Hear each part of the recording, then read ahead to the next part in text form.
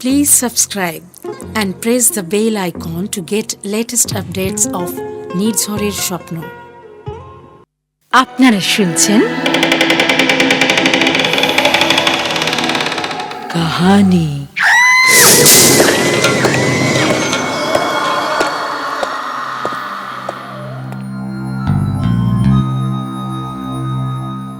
নির্ঝরের স্বপ্ন প্রযোজিত আমাদের আজকের নিবেদন অর্থ মনর্থম। রচনা শরদিন্দু বন্দ্যোপাধ্যায়। শুরু হচ্ছে গল্প অর্থ মনর্থম।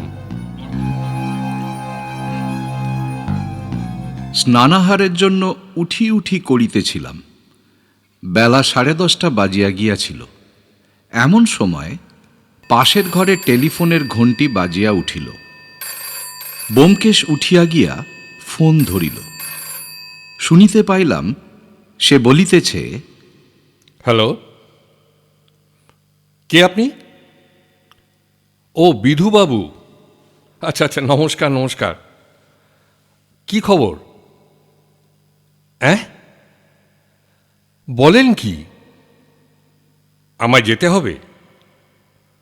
তা বেশ। কত নম্বর? ও আচ্ছা আচ্ছা, আধ ঘন্টার মধ্যেই গিয়ে পৌঁছব। পাঞ্জাবির বোতাম লাগাইতে লাগাইতে ব্যোমকেশ ঘর হইতে বাহির হইয়া আসিল।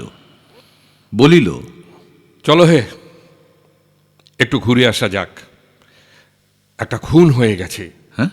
হ্যাঁ, ওই বিধুবাবু স্মরণ করেছেন। কোন বিধুবাবু? Deputy commissioner? আরে হ্যাঁ, তিনি। আমার উপর এত দয়া হলো কেন বুঝতে পারছি না। তবে নিজের ইচ্ছে যে ডাকেননি তা তার কথার ভাবেই বেশ বোঝা গেল। বোধহয় উপর থেকে হুড়ো এসেছে। পুলিশের ডেপুটি কমিশনার বিধুবাবুর সঙ্গে কাজের সূত্রে আমাদের আলাপ হইয়াছিল। তিনি বেশ মুরুব্বি গোছের লোক ছিলেন। দেখা হলেই গ্রামভারীভাবে ব্যোমকেশকে অনেক সদুপদেশ দিতেন। ব্যোমকেশ যে বুদ্ধি ও কর্মদক্ষতায় তাহার অপেক্ষা সর্বাংশে ছোট, এই কথাটি ঘুরাইয়া ফিরাইয়া নানাভাবে প্রকাশ করিবার চেষ্টা করিতেন।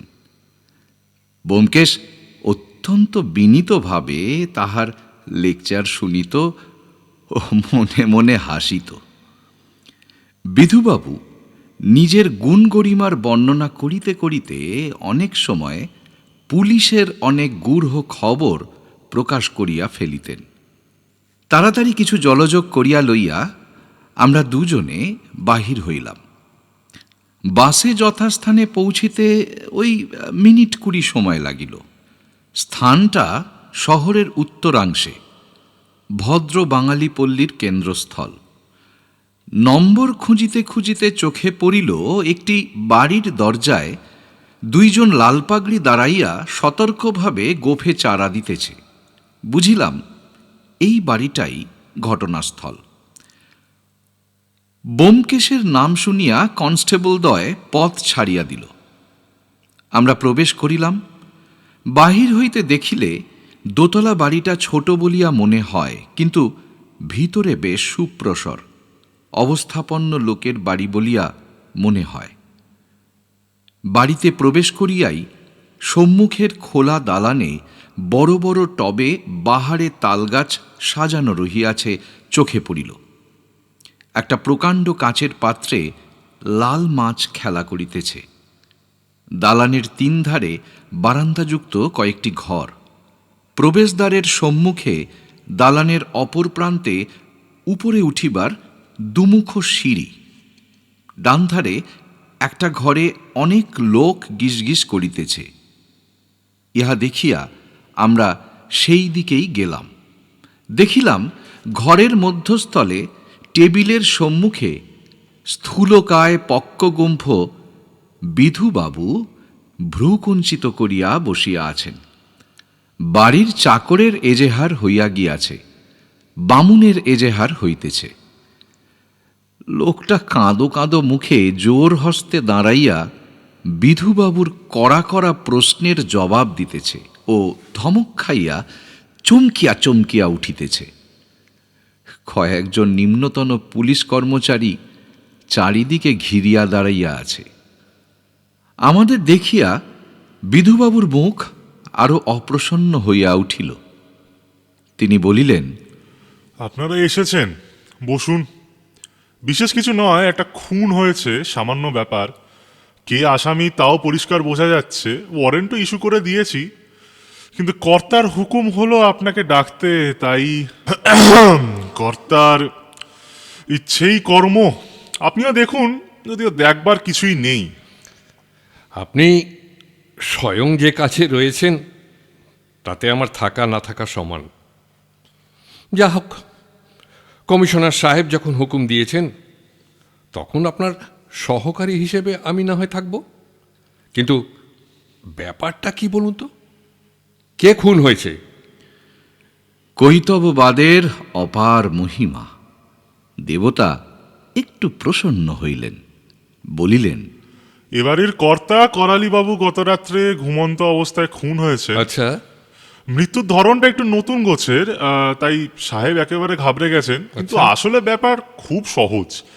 করালিবাবুর এক ভাগ্নে মতিলাল সেই কাজ করেছে, আর করেই ফেরার হয়েছে। আচ্ছা, কিন্তু গোড়া থেকেই সমস্ত কথা না বললে আমার মতো লোকের পক্ষে বুঝে ওঠা সম্ভব নয়। দয়া করে একটু খোলসাভাবে বলবেন কি? বিধুবাবুর মুখের মেঘ সম্পূর্ণ কাটিয়া গেল। তিনি একটু গ্রামভারী হাস্য করিয়া বলিলেন, একটু বসুন, এই লোকটার এজেহাজ শেষ করে নি, তারপর সব কথা আপনাকে বুঝিয়ে বলবো। পাঁচক ব্রাহ্মণটা তখনও দাঁড়াইয়া কাঁপিতেছিল। বিধুবাবু তাহাকে প্রচণ্ড এক ধমক দিয়া বলিলেন, সাবধান হয়ে বুঝে সমঝে কথা বলবে। মিথ্যে কথা একটি বলেছো কি সঙ্গে সঙ্গে হাতে হাত করা, বুঝলে? এগে বাবু, কাল রাত্রে তুমি মতিলাল বাবুকে কখন বাড়ি থেকে বেরিয়ে যেতে দেখেছিলে? এগে ঘড়ি তো দেখিনি, বোধহয় একটা দুটো হবে। ঠিক করে বলো, একটা না দুটো? এগে 12টা একটা হবে। আবার 5 রকম কথা। ঠিক বলো, 12টা না একটা না দুটো? এগে 12টা হবে। তিনি চোরের মতো পা টিপে টিপে বেরিয়ে গেলেন। এগে হ্যাঁ, তিনি প্রায় রোজ রাত্রিরেই বাড়ি থেকে আবার বাজে কথা। যা জিজ্ঞাসা করেছি তার উত্তর দাও। মতিলাল বাবুকে তুমি ওপর থেকে নেমে আসতে দেখেছিলে? এগে এগে না হুজুর, তিনি যখন সদর দরজা দিয়ে বেরিয়ে যান তখন দেখেছিলুম। ওপর থেকে নামতে দেখোনি? তুমি তখন কোথায় ছিলে? এগে এগে আমি এগে আমি সত্যি কথা বলো, তুমি তখন কোথায় ছিলে? এগে ধর্মাবতার, আমাদের দেশের লোকেরা এ বাড়ির সামনে একটু মেজ করে থাকে, তাই রাতের কাজকর্ম শেষ হলে তাদের আড্ডায় গিয়ে ও, একটু তুমি বসি। তখন আড্ডায় বসে গাজায় দম দিচ্ছিলে। এগে এগে সদর দরজা তাহলে খোলা ছিল? এগে হ্যাঁ হ্যাঁ বাবু। হ্যাঁ, তাহলে রাত্রে বাড়িতে কারা আসা যাওয়া করেছিল তুমি আড্ডায় বসে বসে দেখেছিলে? এগে আর কেউ বাড়ি থেকে তো বেরোননি। তুমি কখন বাড়ি ফিরলে? এগে মতিবাবু চলে যাবার আধ ঘন্টা পরেই আমি বাড়িতে এসে দরজা বন্ধ করে দিলুম। সুকুমার বাবু তার আগে ফিরে এসেছিলেন। হ্যাঁ, সুকুমার বাবু আবার কোথা থেকে ফিরে এসেছিলেন? তা জানি না হুজুর। তিনি কখন ফিরেছিলেন? এই যে মতিবাবু বেরিয়ে যাবার 20-25 মিনিট পরে। বিধুবাবুর ভ্রুকুটি গভীরতর হইল। তিনি কিছুক্ষণ চিন্তা করিলেন, তারপর বলিলেন, তুমি এখন যেতে পারো, দরকার হলে আবার তোমার এজেহার হবে। এগে বাবু, ধর্মাবতার, আসি। বিধুবাবু এবার আমাদের দিকে ফিরিয়া বলিলেন, দেখলেন তো, একজনকে জেরা করেই সব কথা বেরিয়ে পড়ল। ভালো জেরা করতে জানলে, যা হোক, আপনাকে গোড়া থেকে না বোঝালে আপনি বুঝতে পারবেন না। বাড়ির সকলের জবানবন্দি নিয়ে যেসব কথা জানা গেছে তাই মোটামুটি আপনাকে বলছি, মন দিয়ে শুনুন। বেশ, বলুন। এই বাড়ির যিনি কর্তা ছিলেন তার নাম করালিবাবু। তিনি বিপত্নিক ও নিঃসন্তান ছিলেন। বেশ অবস্থাপন্ন লোক, কলকাতায় 4-5খানা বাড়ি আছে, তাছাড়াও ব্যাংকেও 2-3 লাখ টাকা জমা আছে। আচ্ছা, স্ত্রী পুত্র না থাকলেও তার পুষ্যির অভাব নেই। 3টি ভাগ্নে, মতিলাল, মাখনলাল আর ফণিভূষণ, এবং শ্যালির 2টি ছেলে মেয়ে। সবশুদ্ধ এই 5টি লোককে করালিবাবু প্রতিপালন করতেন। তারা সবাই এই বাড়িতেই থাকে, তাদের 3 কুলে আর কেউ নেই। আচ্ছা। যতদূর জানা যায়, করালিবাবু ভয়ঙ্কর খপিস মেজাজের লোক ছিলেন। বাত ব্যাধিতে পঙ্গু ছিলেন, বয়সও 60-62 হয়েছিল। তাই নিজের ঘর থেকে বড় একটা বেরুতেন না, কিন্তু বাড়ি শুদ্ধ লোক তাকে বাঘের মতো ভয় করত। তার এক অদ্ভুত পাগলামি ছিল, তিনি কেবলই নিজের উইল তৈরি করতেন। তার 3খানা উইল দেরাজ থেকে বেরিয়েছে। প্রথমটায় তিনি মাখনকে ওয়ারিশ করে যান, দ্বিতীয়টায় ওয়ারিশ মতিলাল, এবং সবশেষটায় তার সমস্ত সম্পত্তি সুকুমারকে দিয়ে গেছেন। শেষ উইলটা তৈরি হয়েছে পরশু। সুকুমারই এখন তার ওয়ারিশ। আচ্ছা, করালিবাবু থেকে থেকে উইল বদলাবার কারণ ছিল এই যে যখন যার ওপর তিনি চটতেন তখনই তাকে উইল থেকে খারিজ করে দিতেন। আচ্ছা। এই উইলের ব্যাপার নিয়ে কাল দুপুরবেলা মতিলালের সাথে করালিবাবুর খুব একচোট ঝগড়া হয়ে যায়। মতিলালের শরীরে অনেক দোষ আছে, সে তাকে ঘাটের মরা, হাত তুলে বুড়ো ইত্যাদি গালাগাল দিয়ে চলে আসে। তারপর রাত্রি প্রায় 12টার সময় মতিলাল চুপি চুপি বাড়ি থেকে পালায়। বামুন এবং চাকর দুজনেই তাকে পালাতে দেখেছে। আজ সকালবেলা দেখা গেল করালিবাবু তার বিছানায় মরে পড়ে আছে। সে কি? কি করে মৃত্যু হলো প্রথমটা কেউ বুঝতে পারেনি, আমি এসে বার করলুম। তার ঘাড়ে ঠিক মেডালা আর ফার্স্ট ভার্টিব্রার মাঝখানে একটা ছুঁচ আমূল ফুটিয়ে দিয়ে তাকে খুন করা হয়েছে। ভারী আশ্চর্য ব্যাপার তো। মেডালা আর ফার্স্ট সার্ভিক্যাল ভার্টিব্রার সন্ধিস্থলে ছুঁচ ফুটিয়ে খুন করেছে। এই যে একেবারে ব্রাইড অফ লেমামুর। আচ্ছা, মতিলালের নামে ওয়ারেন্ট বার করে দিয়েছেন? লোকটা কাজকর্ম কিছু করে কিনা সে খবর পাওয়া গেছে কি? কিছু না, 3rd ক্লাস অব্দি বিদ্যে আর ঘোর বয়াটে। মামার অন্ন মারত আর বেলেল্লাগিরি করে বেড়াতো। আর মাখনলাল? তিনিও প্রায় দাদার মতো, তবে অতটা না। কোকেন গাঁজা টাজা খায় বটে, কিন্তু দাদার মতো এখনো নাম কাটা সেপাই হয়ে ওঠেনি। আর ফণিভূষণ? তিনি আবার খোরা, কথায় বলে কানা খোরা 1 গুণ বাড়া, কিন্তু এছাড়া বোধহয় অতটা খারাপ নয়। তার কারণ খোরা বলে বাড়ি থেকে বেরোতে পারে না। 3 ভাইয়ের মধ্যে এই ফণিভূষণই একটু মানুষের মতো বোধ হয়। বুঝলাম। আর সুকুমার? সুকুমার বেশ ভালো ছেলে, মেডিকেল কলেজের 5th ইয়ারে পড়ে। তার বোন সত্যবতীও কলেজে পড়ে। এরা 2 ভাই বোনে বুড়োর যা কিছু সেবা শুশ্রূষা করত। এরা সকলেই বোধহয় অবিবাহিত, না? হ্যাঁ, মেয়েটিও। এবার চলুন বাড়িটা একবার ঘুরে দেখা যাক।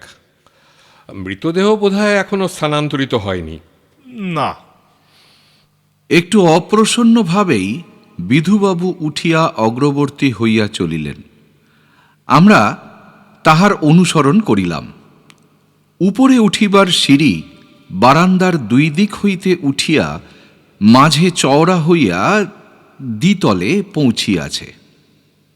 সিঁড়ির নিচে একটি ঘরের দরজা দেখা গেল। ব্যোমকেশ জিজ্ঞাসা করিল, ও ঘরটি কার? ওটা মতিলালের ঘর। বিশেষ কারণবশত তিনি নিচেই শোয়া পছন্দ করতেন। কর্তা অত্যন্ত কড়া মেজাজের লোক ছিলেন। রাত্রি 9টার পর কারুর বাইরে থাকবার হুকুম ছিল না। এর ঠিক ওপরের ঘরেই কর্তা শুতেন। ও আচ্ছা। আর এই ঘরটি? ওটায় মাখনলাল থাকে। এরা সবাই যে যার ঘরেই আছেন বোধহয়, অবশ্য মতিলাল ছাড়া। নিশ্চয়ই। আমি কড়া হুকুম দিয়েছি, আমার বিনা অনুমতিতে কেউ যেন বাড়ির বাইরে না যায়। দূরের কাছে কনস্টেবল মোতায়েন আছে। ব্যোমকেশ অস্ফুট স্বরে প্রশংসা ও অনুমোদন সূচক কি একটা বলিল, শোনা গেল না। দোতলায় উঠিয়া সম্মুখেই একটা বন্ধ দরজা দেখাইয়া বিধুবাবু বলিলেন, এই ঘরে করালিবাবু শুতেন। দরজার সম্মুখে গিয়া হঠাৎ ব্যোমকেশ নতজানু হইয়া ঝুঁকিয়া বলিল, এটা কিসের দাগ? বিধুবাবুও ঝুঁকিয়া একবার দেখিলেন, তারপর সোজা হইয়া তাচ্ছিল্য ভরে বলিলেন, ও চায়ের দাগ। প্রত্যহ সকালে ওই মেয়েটি সত্যবতী চা তৈরি করে এনে করালিবাবুকে ডাকতো। আজ সকালে সারা না পেয়ে ঘরে ঢুকে দেখলো তিনি মনে পড়ে আছেন। সেই সময় বোধহয় পেয়ালা থেকে চা চলকে পড়েছিল। ও, তা তিনি বুঝি সর্বপ্রথম করালিবাবুর মৃত্যুর কথা জানতে পারেন না? হ্যাঁ। দ্বারে চাবি লাগানো ছিল। বিধুবাবু তালা খুলিয়া দিলে আমরা ভিতরে প্রবেশ করিলাম। ঘরটি মাঝারি আয়তনের, আসবাবপত্র বেশি নাই, কিন্তু যে কয়টি আছে সেগুলি পরিপাটিভাবে সাজানো। মেঝে মৃজাপুরি কার্পেট পাতা, ঘরের মাঝখানে কাঁচ করা টেবিল ক্লথ ঢাকা ছোট টিপাই, এক কোণে একটি আলনা, তাতে কোঁচানো থান ও জামা গোছানো রহিয়া আছে। জুতাগুলি নিচে বার্নিশ করা অবস্থাতে সারি সারি রাখা আছে। ঘরের বাঁ দিকের কোণে একখানি খাট, খাটের উপর চাদর ঢাকা একটা বস্তু রহিয়াছে। দেখিলে মনে হয় যেন কেহ পাশ ফিরিয়া চাদর মুড়ি দিয়া ঘুমাইতেছে। খাটের পাশে একটি টেবিল, তাহার উপর কয়েকটি ঔষধের শিশি ও মেজের গ্লাস সারি দিয়া সাজানো রহিয়াছে। কাঁচের গেলাস ঢাকা একটি কুঁজো খাটের শিয়রে মেঝের উপর রাখা আছে। মোটের উপর ঘরটি দেখিলে গৃহকর্তা যে কিরূপ গোছালো লোক তাহা সহজেই অনুমান করা যায়, এবং বিছানায় শয়ান ওই চাদর ঢাকা লোকটি যে গত রাত্রিতে এই ঘরেই খুন হইয়াছিল তাহা কল্পনা করাও দুঃসাধ্য হইয়া পড়ে।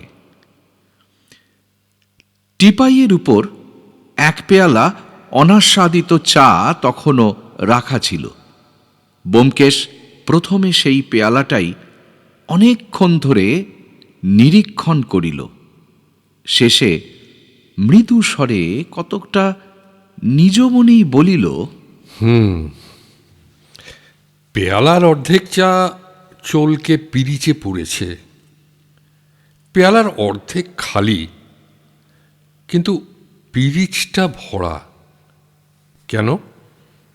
সে কথা তো আগেই বলেছি। মেয়েটি শুনেছি, কিন্তু কেন? বিধুবাবু এই অর্থহীন প্রশ্নের জবাব দেওয়ার প্রয়োজন মনে করিলেন না। বিরক্ত মুখে জানলার সম্মুখে গিয়া দাঁড়াইলেন। ব্যোমকেশ সন্তর্পণে চায়ের পেয়ালাটা তুলিয়া লইল। চায়ের উপর একটা শ্বেতাভ ছালি পড়িয়াছিল। চামচ দিয়া চা নাড়িয়া সে আস্তে আস্তে একটু চা মুখে দিল। তারপর পেয়ালাটি যথাস্থানে রাখিয়া দিয়া মুখ মুছিয়া খাটের পাশে গিয়া দাঁড়াইল। কিছুক্ষণ স্থিরভাবে বিছানার দিকে চাহিয়া থাকিয়া সে জিজ্ঞাসা করিল, মৃতদেহ নাড়াচাড়া হয়নি?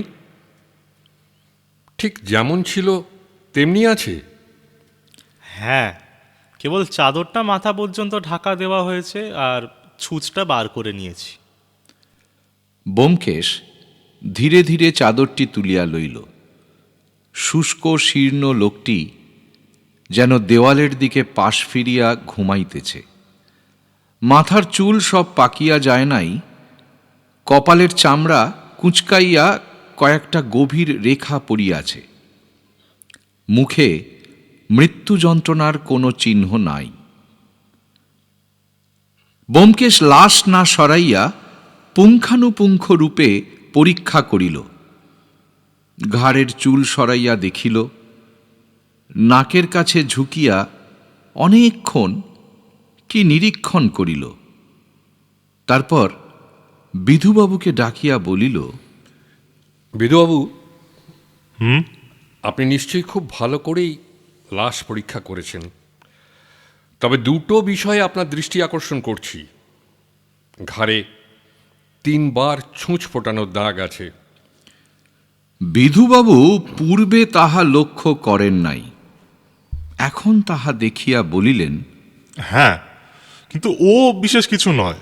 মেডালা আর মেরুদণ্ডের সন্ধিস্থলটা খুঁজে পায়নি, তাই কয়েকবার ছুঁচ ফুটিয়েছে। দ্বিতীয় বিষয়টি কি? নাকটা দেখেছেন? নাক? হ্যাঁ হ্যাঁ, নাক। বিধুবাবু নাক দেখিলেন, আমিও ঝুঁকিয়া দেখিলাম। নাসারন্ধ্রের চারিদিকে কয়েকটা ছোট ছোট কালো দাগ রহিয়াছে। শীতের সময় গায়ের চামড়া ফাটিয়া যেরূপ দাগ হয় সেই রূপ। বিধুবাবু বলিলেন, বোধহয় সর্দি হয়েছিল, ঘন ঘন নাক মুছলে ওরকম দাগ হয়। এ থেকে আপনি কি অনুমান করলেন? না না, কিছু না কিছু না। আচ্ছা চলুন, এবার পাশের ঘরটা দেখা যাক। ওটা বোধহয় করালিবাবুর বসবার ঘর ছিল, তাই না? হ্যাঁ। পাশের ঘরে টেবিল, চেয়ার, টাইপরাইটার, বইয়ের আলমারি ইত্যাদি ছিল। এই ঘরেই করালিবাবু অধিকাংশ সময় কাটাইতেন। বিধুবাবু টেবিলের দেরাজ নির্দেশ করিয়া বলিলেন, এই দেরাজে তার বিলগুলো পাওয়া গেছে। ব্যোমকেশ এই ঘরটাও ভালো করিয়া পরীক্ষা করিল, কিন্তু কিছু পাওয়া গেল না। দেরাজে অন্য কোনো কাগজপত্র ছিল না। ঘরের অপর দিকে ছোট একটি গোসলখানা। ব্যোমকেশ সেটাতে একবার উকি মারিয়া ফিরিয়া আসিল, বলিল, না, এখানে আর কিছু দেখবার নেই। এবার চলুন সুকুমারবাবুর ঘরে। তিনি মৃতের উত্তরাধিকারী, তাই না? হ্যাঁ। ভালো কথা, ওই ছুঁচটা একবার দেখি। নিন। বিধুবাবু পকেট হইতে একটা খাম বাহির করিয়া দিলেন। ব্যোমকেশ তাহার ভিতর হইতে একটি ছুঁচ বাহির করিয়া 2 আঙুলে তুলিয়া ধরিল। সাধারণ ছুঁচ অপেক্ষা আকারে একটু বড় ও মোটা, অনেকটা কাঁথা সেলাইয়ের ছুঁচের মতো। তাহার প্রান্ত হইতে একটু সুতো ঝুলিতেছে। ব্যোমকেশ বিস্ফারিত নয়নে কিছুক্ষণ চাহিয়া থাকিয়া চাপা স্বরে কহিল, আশ্চর্য, ভারী আশ্চর্য। কি? সুতো। আরে দেখছেন না, ছুঁচে সুতো পরানো রয়েছে, কালো রেশমের সুতো। তা তো দেখতে পাচ্ছি, কিন্তু ছুঁচে সুতো পরানো থাকাতে আশ্চর্যটা কি? তাও তো বটে, আশ্চর্য হবার কি আছে? ছুঁচে সুতো পরানো তো হয়েই থাকে, সেই জন্যই তো ছুঁচের সৃষ্টি। আর চলুন এবার ওই সুকুমার বাবুকে দেখা যাক। চলুন। বারান্দার বাঁদিকের মোড় ঘুরিয়া কোণের ঘরটা সুকুমার বাবুর। দ্বার ভেজানো ছিল। বিধুবাবু নিঃসংশয়ে দ্বার ঠেলিয়া ভিতরে প্রবেশ করিলেন। সুকুমার টেবিলের উপর কনুই রাখিয়া 2 হাতে মুখ ঢাকিয়া বসিয়াছিল। আমরা ঢুকিতেই তাড়াতাড়ি উঠিয়া দাঁড়াইল। সুকুমারের বয়স বোধহয় 24-25 হইবে। চেহারাও বেশ ভালো, ব্যায়ামপুষ্ট, বলিষ্ঠ গোছের দেহ। কিন্তু বাড়িতে এই ভয়ঙ্কর দুর্ঘটনার ফলে মুখ শুকাইয়া চোখ বসিয়া গিয়া চেহারা অত্যন্ত শ্রীহীন হইয়া পড়িয়া আছে। আমাদের 3 জনকে একসঙ্গে প্রবেশ করিতে দেখিয়া তাহার চোখে একটা ভয়ের ছায়া পড়িল। বিধুবাবু বলিলেন, সুকুমার বাবু, ইনি ব্যোমকেশ বক্সী, আপনার সঙ্গে কথা কইতে চান। সুকুমার গলা সাফ করিয়া বলিল, বসুন। হ্যাঁ ঠিক আছে। ব্যোমকেশ টেবিলের সম্মুখে বসিল। একখানা বই টেবিলের উপর রাখা ছিল, তুলিয়া লইয়া দেখিল, গ্রের অ্যানাটমি। পাতা উল্টাইতে উল্টাইতে বলিল, আপনি কাল রাত 12টার সময় কোথা থেকে ফিরেছিলেন সুকুমারবাবু? হ্যাঁ, সিনেমায় গিয়েছিলুম। কোন সিনেমায়? চিত্রা। বিধুবাবু একটু ধমকের সুরে বলিলেন। এ আমাকে আগে বলা উচিত ছিল, বলেননি কেন? সুকুমার আমতা আমতা করিয়া বলিল, দরকারি বলে মনে হয়নি, তাই বলিনি। বিধুবাবু গম্ভীর মুখে বলিলেন, দরকারি কি অদরকারি সে বিচার আমরা করব। আপনি যে চিত্রায় গিয়েছিলেন তার কোনো প্রমাণ আছে? সুকুমার কিছুক্ষণ নত মুখে চিন্তা করিল। তারপর আলনায় টাঙানো পাঞ্জাবির পকেট হইতে একখণ্ড রঙিন কাগজ আনিয়া দেখাইল। কাগজখানা সিনেমা টিকিটের অর্ধাংশ। বিধুবাবু সেটা ভালো করিয়া দেখিয়া নোটবুকের মধ্যে রাখিলেন। ব্যোমকেশ বইয়ের পাতা উল্টাইতে উল্টাইতে বলিল, আচ্ছা, সন্ধ্যের শোতে না গিয়ে 9:30টার শোতে গিয়েছিলেন, এর কোনো কারণ ছিল কি? সুকুমারের মুখ ফ্যাকাশে হইয়া গেল। সে অনুচ্চ স্বরে বলিল, না, কারণ এমন কিছু। বেশি রাত্রি পর্যন্ত বাইরে থাকা করালিবাবু পছন্দ করেন না, একথা নিশ্চয়ই আপনার জানা ছিল। সুকুমার উত্তর দিতে পারিল না, পাংশু মুখে দাঁড়াইয়া রহিল।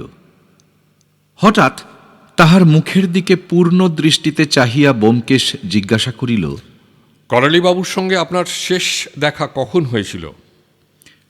একটা ঢোক গিলিয়া সুকুমার কহিল, সন্ধে 5টার সময়। আপনি তার ঘরে গিয়েছিলেন? হ্যাঁ। কেন? সুকুমার জোর করিয়া নিজের কণ্ঠস্বর সংযত করিয়া ধীরে ধীরে বলিল, মেসোমশাইকে উইল সম্বন্ধে কিছু বলতে গিয়েছিলুম। তিনি মতিদাদাকে বঞ্চিত করে আমার নামে সমস্ত সম্পত্তি উইল করেছিলেন। এই নিয়ে মতিদার সঙ্গে দুপুরবেলা তার বচসা হয়। আমি মেসোমশাইকে বলতে গিয়েছিলুম আমি একা তার সম্পত্তি চাই না, তিনি যেন তার সম্পত্তি সবাইকে সমান ভাগ করে দেন। তারপর? আমার কথা শুনে তিনি আমাকে ঘর থেকে বেরিয়ে যেতে বললেন। আপনিও বোধহয় বেরিয়ে গেলেন? হ্যাঁ, সেখান থেকে আমি ফণির ঘরে গিয়ে বসলুম। ফণির সঙ্গে কথা কইতে কইতে রাত হয়ে গেল।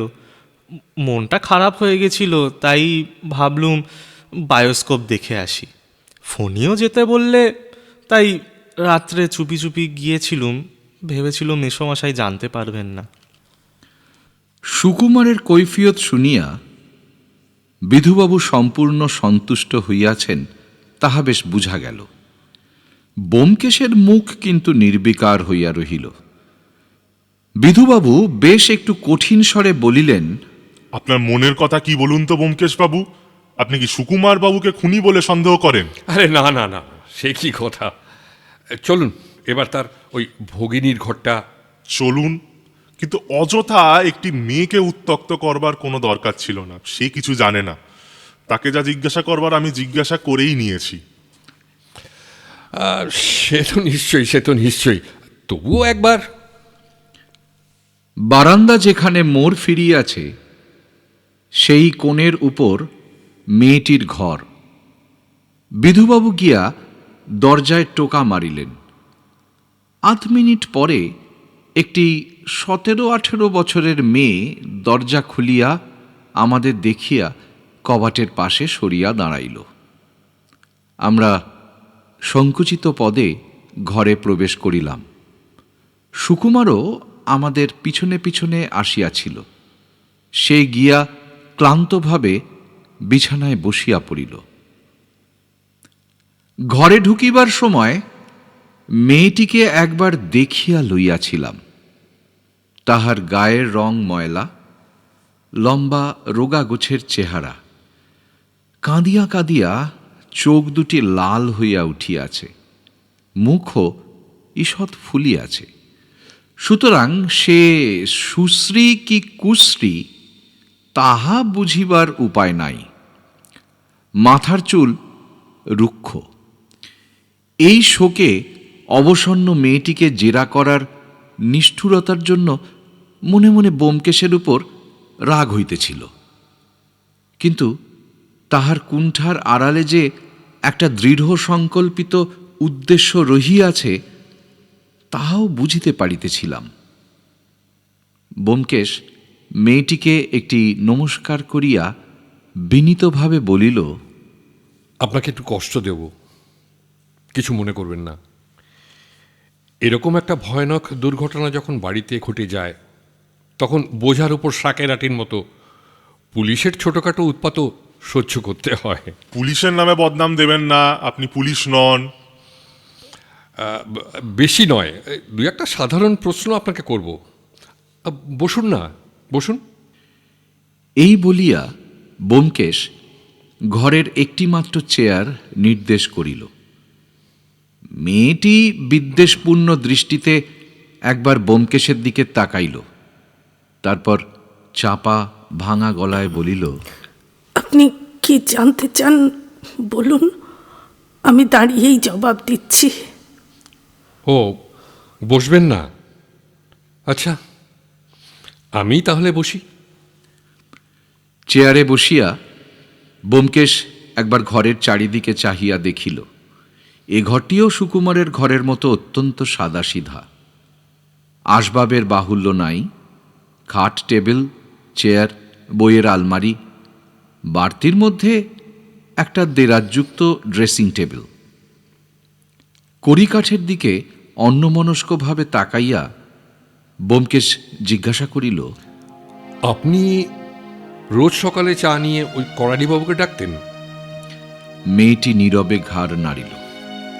আজ তাহলে চা দিতে গিয়ে আপনি প্রথম জানতে পারলেন যে তিনি মারা গেছেন, তাই তো? মেয়েটি আবার ঘাড় নাড়িল। তার আগে আপনি কিচ্ছু জানতেন না? বাজে প্রশ্ন, বাজে প্রশ্ন, একেবারে ফুলিশ। আচ্ছা, রাত্রিতে করালিবাবু দরজা খোলা থাকতো? এবাড়ির কারুর দরজা বন্ধ করে শোবার হুকুম ছিল না। মেসোমশাই নিজেও রাত্রিতে দরজা খুলেই শুতেন। বটে, তাহলে এ ঢের হয়েছে, এবার উঠুন, উঠুন। যত সব বাজে প্রশ্ন করে বেচারিকে বিরক্ত করবার দরকার নেই। আপনি ক্রস এক্সামিন করতে জানেন না। এতক্ষণে ব্যোমকেশের বিনীত ভাবের মুখোশ খসিয়া পড়িল। খোঁচা খাওয়া বাঘের মতো সে বিধুবাবুর দিকে ফিরিয়া তীব্র অথচ অনুচ্চ কণ্ঠে কহিল, যদি বারবার বিরক্ত করেন তাহলে কিন্তু কমিশনার সাহেবকে জানাতে বাধ্য হব যে আপনি আমার অনুসন্ধানে বাধা দিচ্ছেন। আপনি জানেন এ ধরনের কেস সাধারণ পুলিশের এলাকার মধ্যে পড়ে না, এটা তো সিআইডির কেস। গালে চর খাইলেও বোধ করি বিধুবাবু এত স্তম্ভিত হইতেন না। তিনি আরক্ত চক্ষুতে কটমট করিয়া কিছুক্ষণ ব্যোমকেশের পানে তাকাইয়া রহিলেন।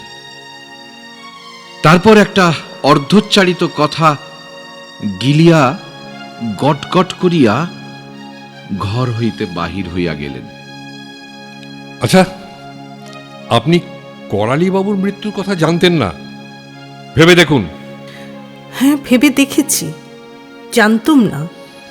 যাক, এখন আর একটা কথা বলুন তো, করালিবাবু চায়ে ক চামচ চিনি খেতেন?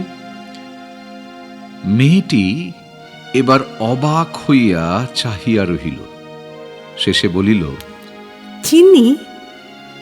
মেসোমশাই চায়ে চিনি একটু বেশি খেতেন, 3-4 চামচ দিতে হতো। তবে আজ তার চায়ে আপনি চিনি দেননি কেন? মেয়েটির মুখ একেবারে ছাইয়ের মতো হইয়া উঠিল। ত্রাস বিস্ফারিত নয়নে সে একবার চারিদিকে চাহিল, তারপর অধর দংশন করিয়া অতি কষ্টে নিজেকে সংবরণ করিয়া বলিল, বোধহয় মনে ছিল না, কাল থেকে আমার শরীরটা ঠিক ভালো নেই। কাল কলেজে গিয়েছিলেন? হ্যাঁ। সব কথা খুলে বললে কিন্তু আমাদের অনেক সুবিধা হয়, আপনাদেরও হয়তো সুবিধা হতে পারে। মেয়েটি ঠোঁট টিপিয়া দাঁড়াইয়া রহিল, কোনো উত্তর দিল না। ব্যোমকেশ আবার বলিল, সব কথা বলবেন কি? আমি আর কিছু জানি না। ব্যোমকেশ একটা নিঃশ্বাস ফেলিল। এতক্ষণ সে টেবিলের উপর রক্ষিত একটা সেলাইয়ের বাক্সের দিকে চাহিয়া কথা কহিতেছিল। এবার টেবিলের নিকট গিয়া দাঁড়াইল, বাক্সটা নির্দেশ করিয়া বলিল, এটা আপনার বোধ হয়। হ্যাঁ। বাক্সটা ব্যোমকেশ খুলিল। বাক্সের মধ্যে একটা অসমাপ্ত টেবিল ক্লথ ও নানা রঙের রেশমি সুতো তাল পাকানো ছিল।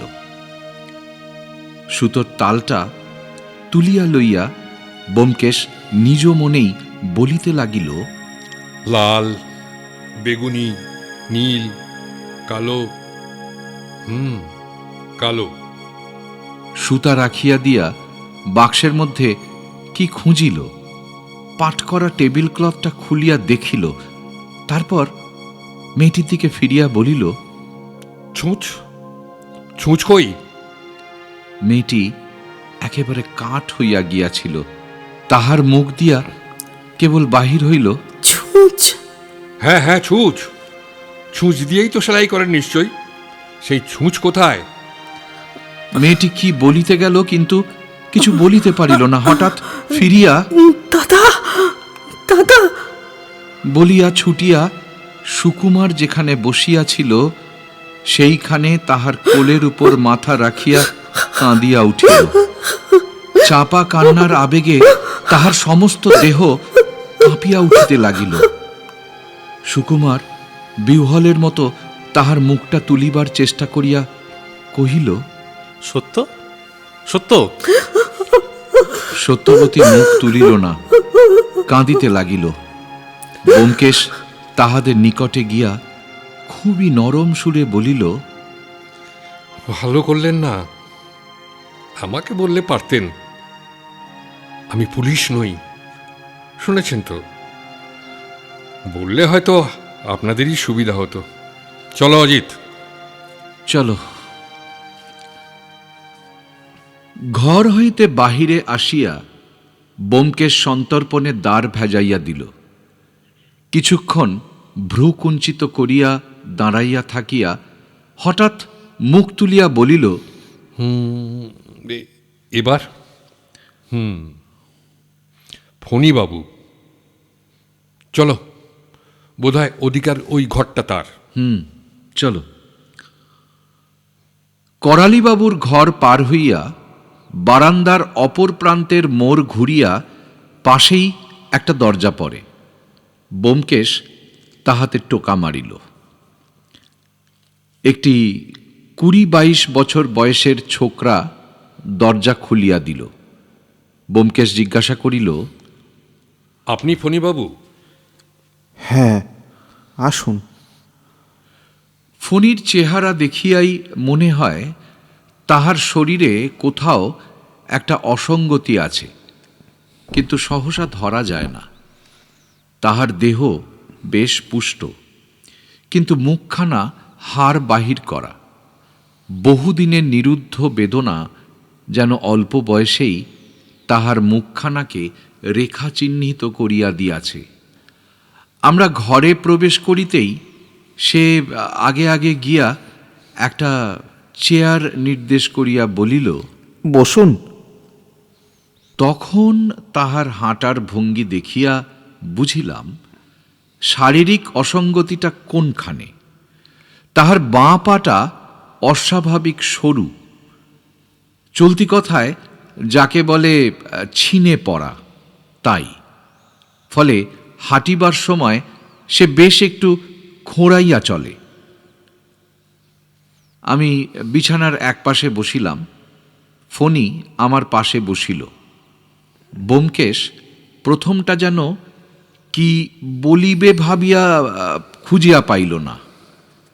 শেষে একটু ইতস্তত করিয়া বলিল, মানে এই ব্যাপারে পুলিশ আপনার দাদা ওই মতিলাল বাবুকে সন্দেহ করেন, আপনি জানেন বোধহয়। হ্যাঁ, জানি। কিন্তু আমিও জোর করে বলতে পারি যে দাদা নির্দোষ। দাদা ভয়ানক রাগী আর ঝগড়াটে বটে, কিন্তু সে মামাকে খুন করবে এ আমি বিশ্বাস করতে পারি না। বিষয় থেকে বঞ্চিত হবার রাগে তিনি এই কাজ করতে পারেন নাকি? সে অজুহাত শুধু দাদার নয়, আমাদের 3 ভাইয়েরই আছে। তবে শুধু দাদাকেই সন্দেহ করবেন কেন? আপনি যা জানেন সব কথাই বোধহয় পুলিশকে বলেছেন। তবু দু একটা কথা আমি জানতে চাই। আপনি কি পুলিশের লোক নন? আমি তো ভেবেছিলুম আপনারা সিআইডি। না, আমি পুলিশের লোক নই। আমি সামান্য একজন সত্যান্বেষী মাত্র।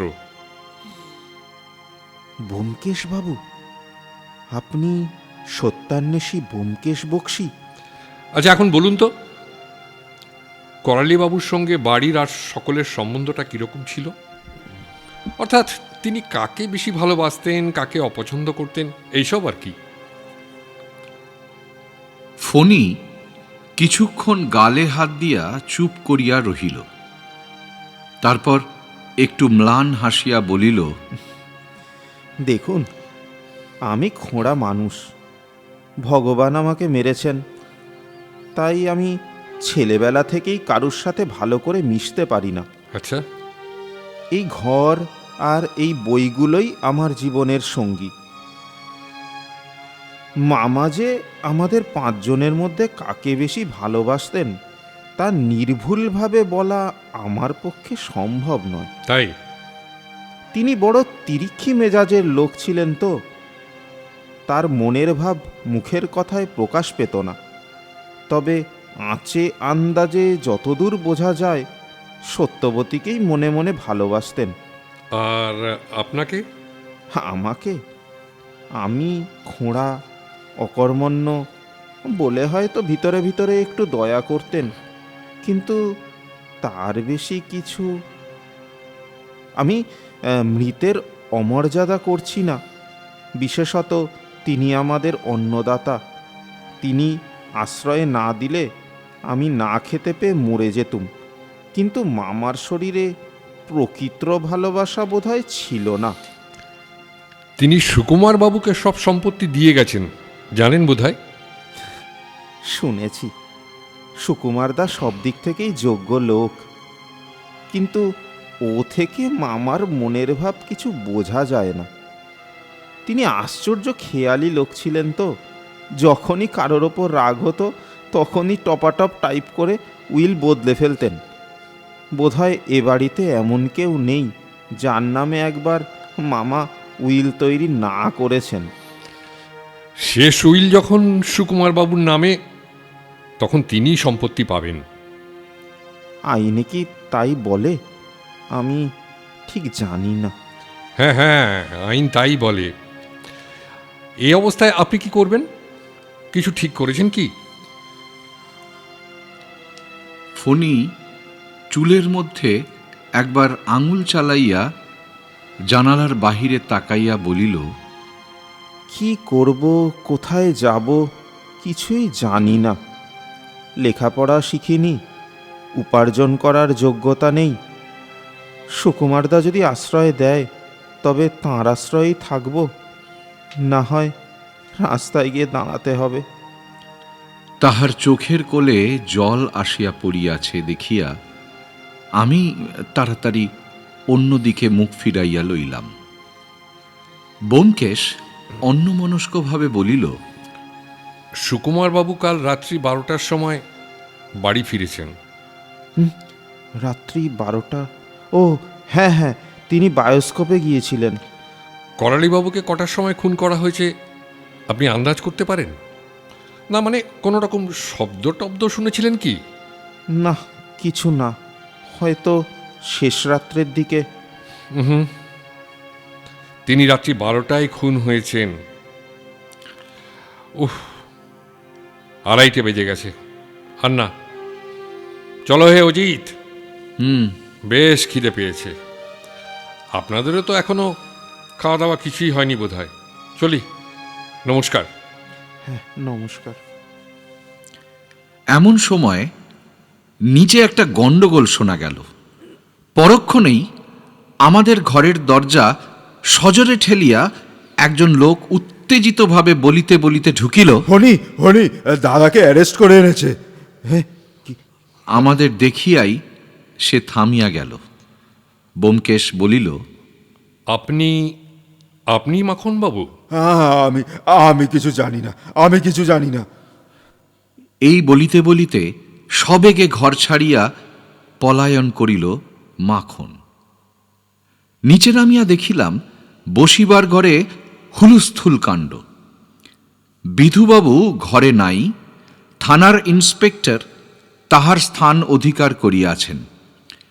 একটা পাগলের মতো চেহারার হাতকড়া পরা লোককে দুজন কনস্টেবল ধরিয়া আছে, আর সে হাউমাউ করিয়া কাঁদিয়া বলিতেছে, মামা মামা খুন হয়েছে।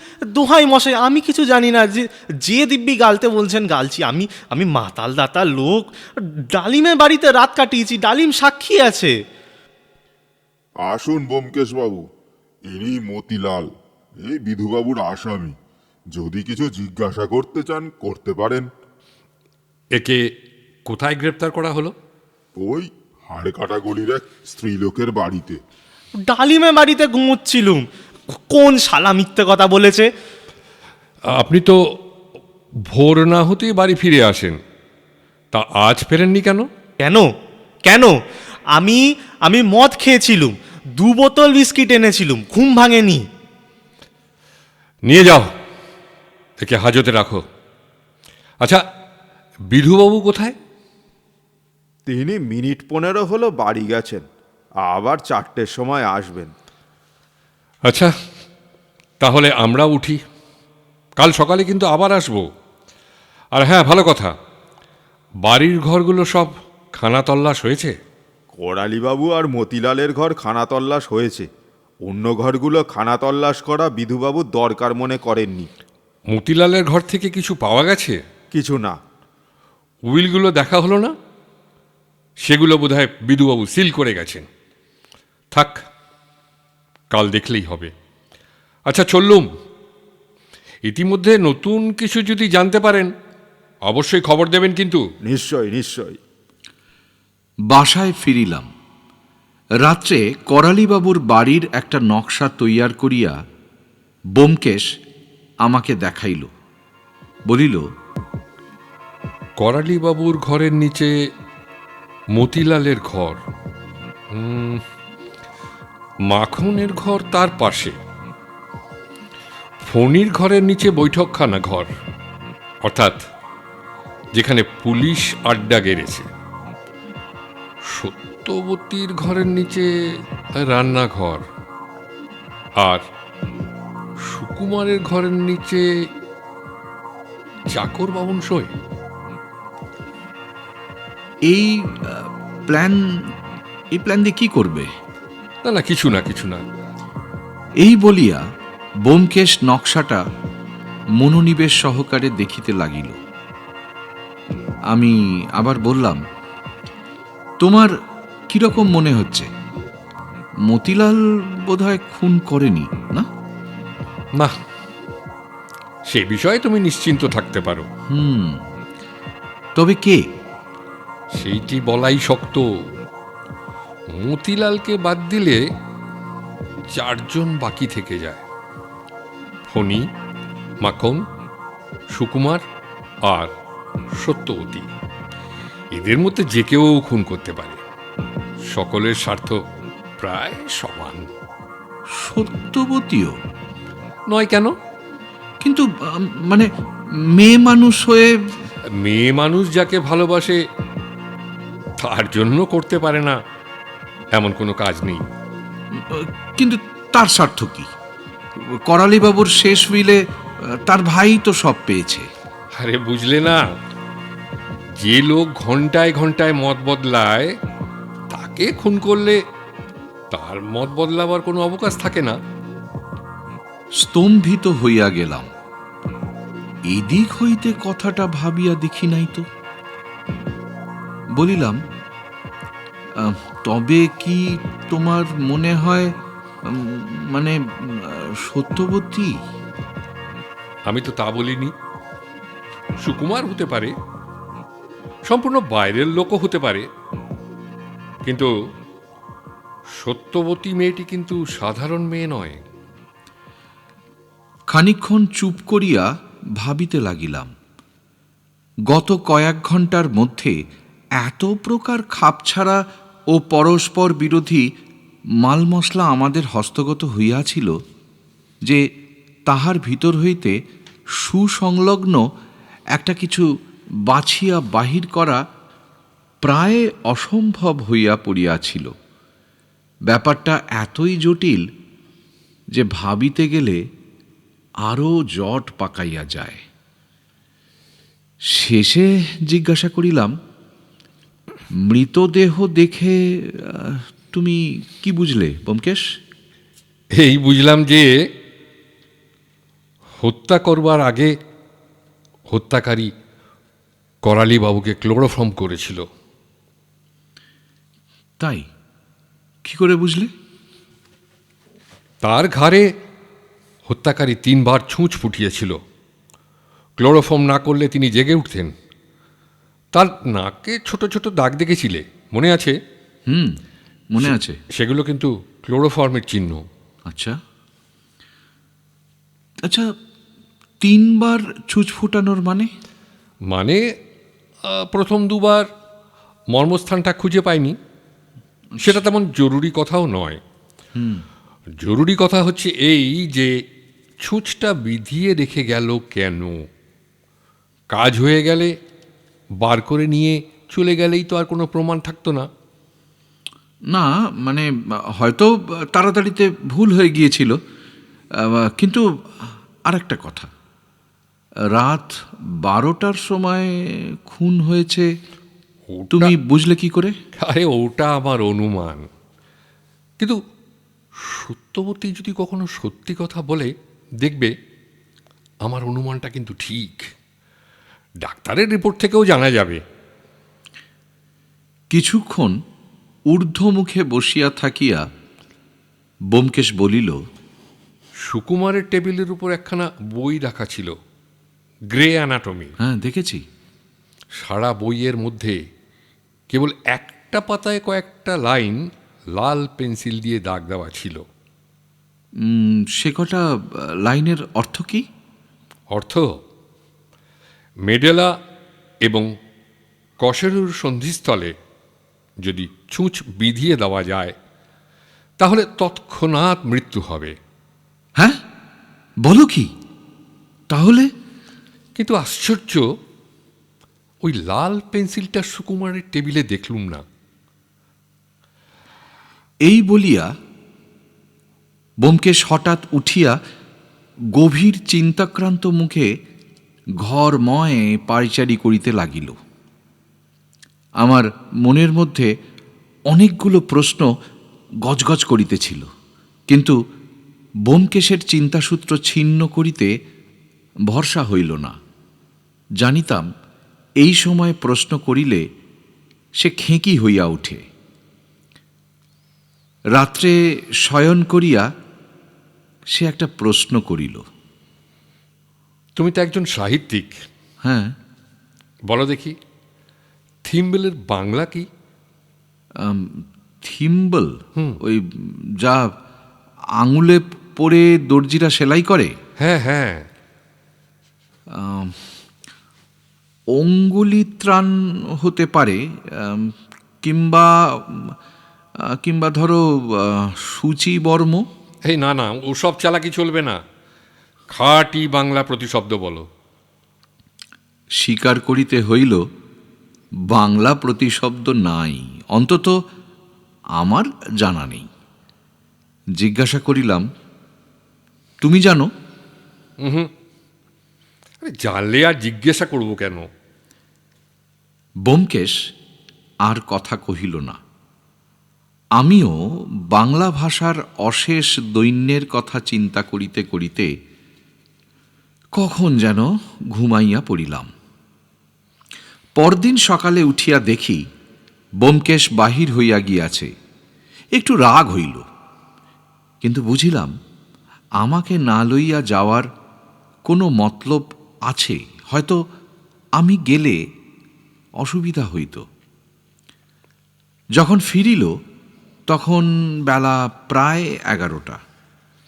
জামা খুলিয়া পাখাটা চালাইয়া দিয়া সিগারেট ধরাইল। জিজ্ঞাসা করিলাম, কি হলো? সে এক পেট ধোয়া টানিয়া আস্তে আস্তে ছাড়িতে ছাড়িতে বলিল,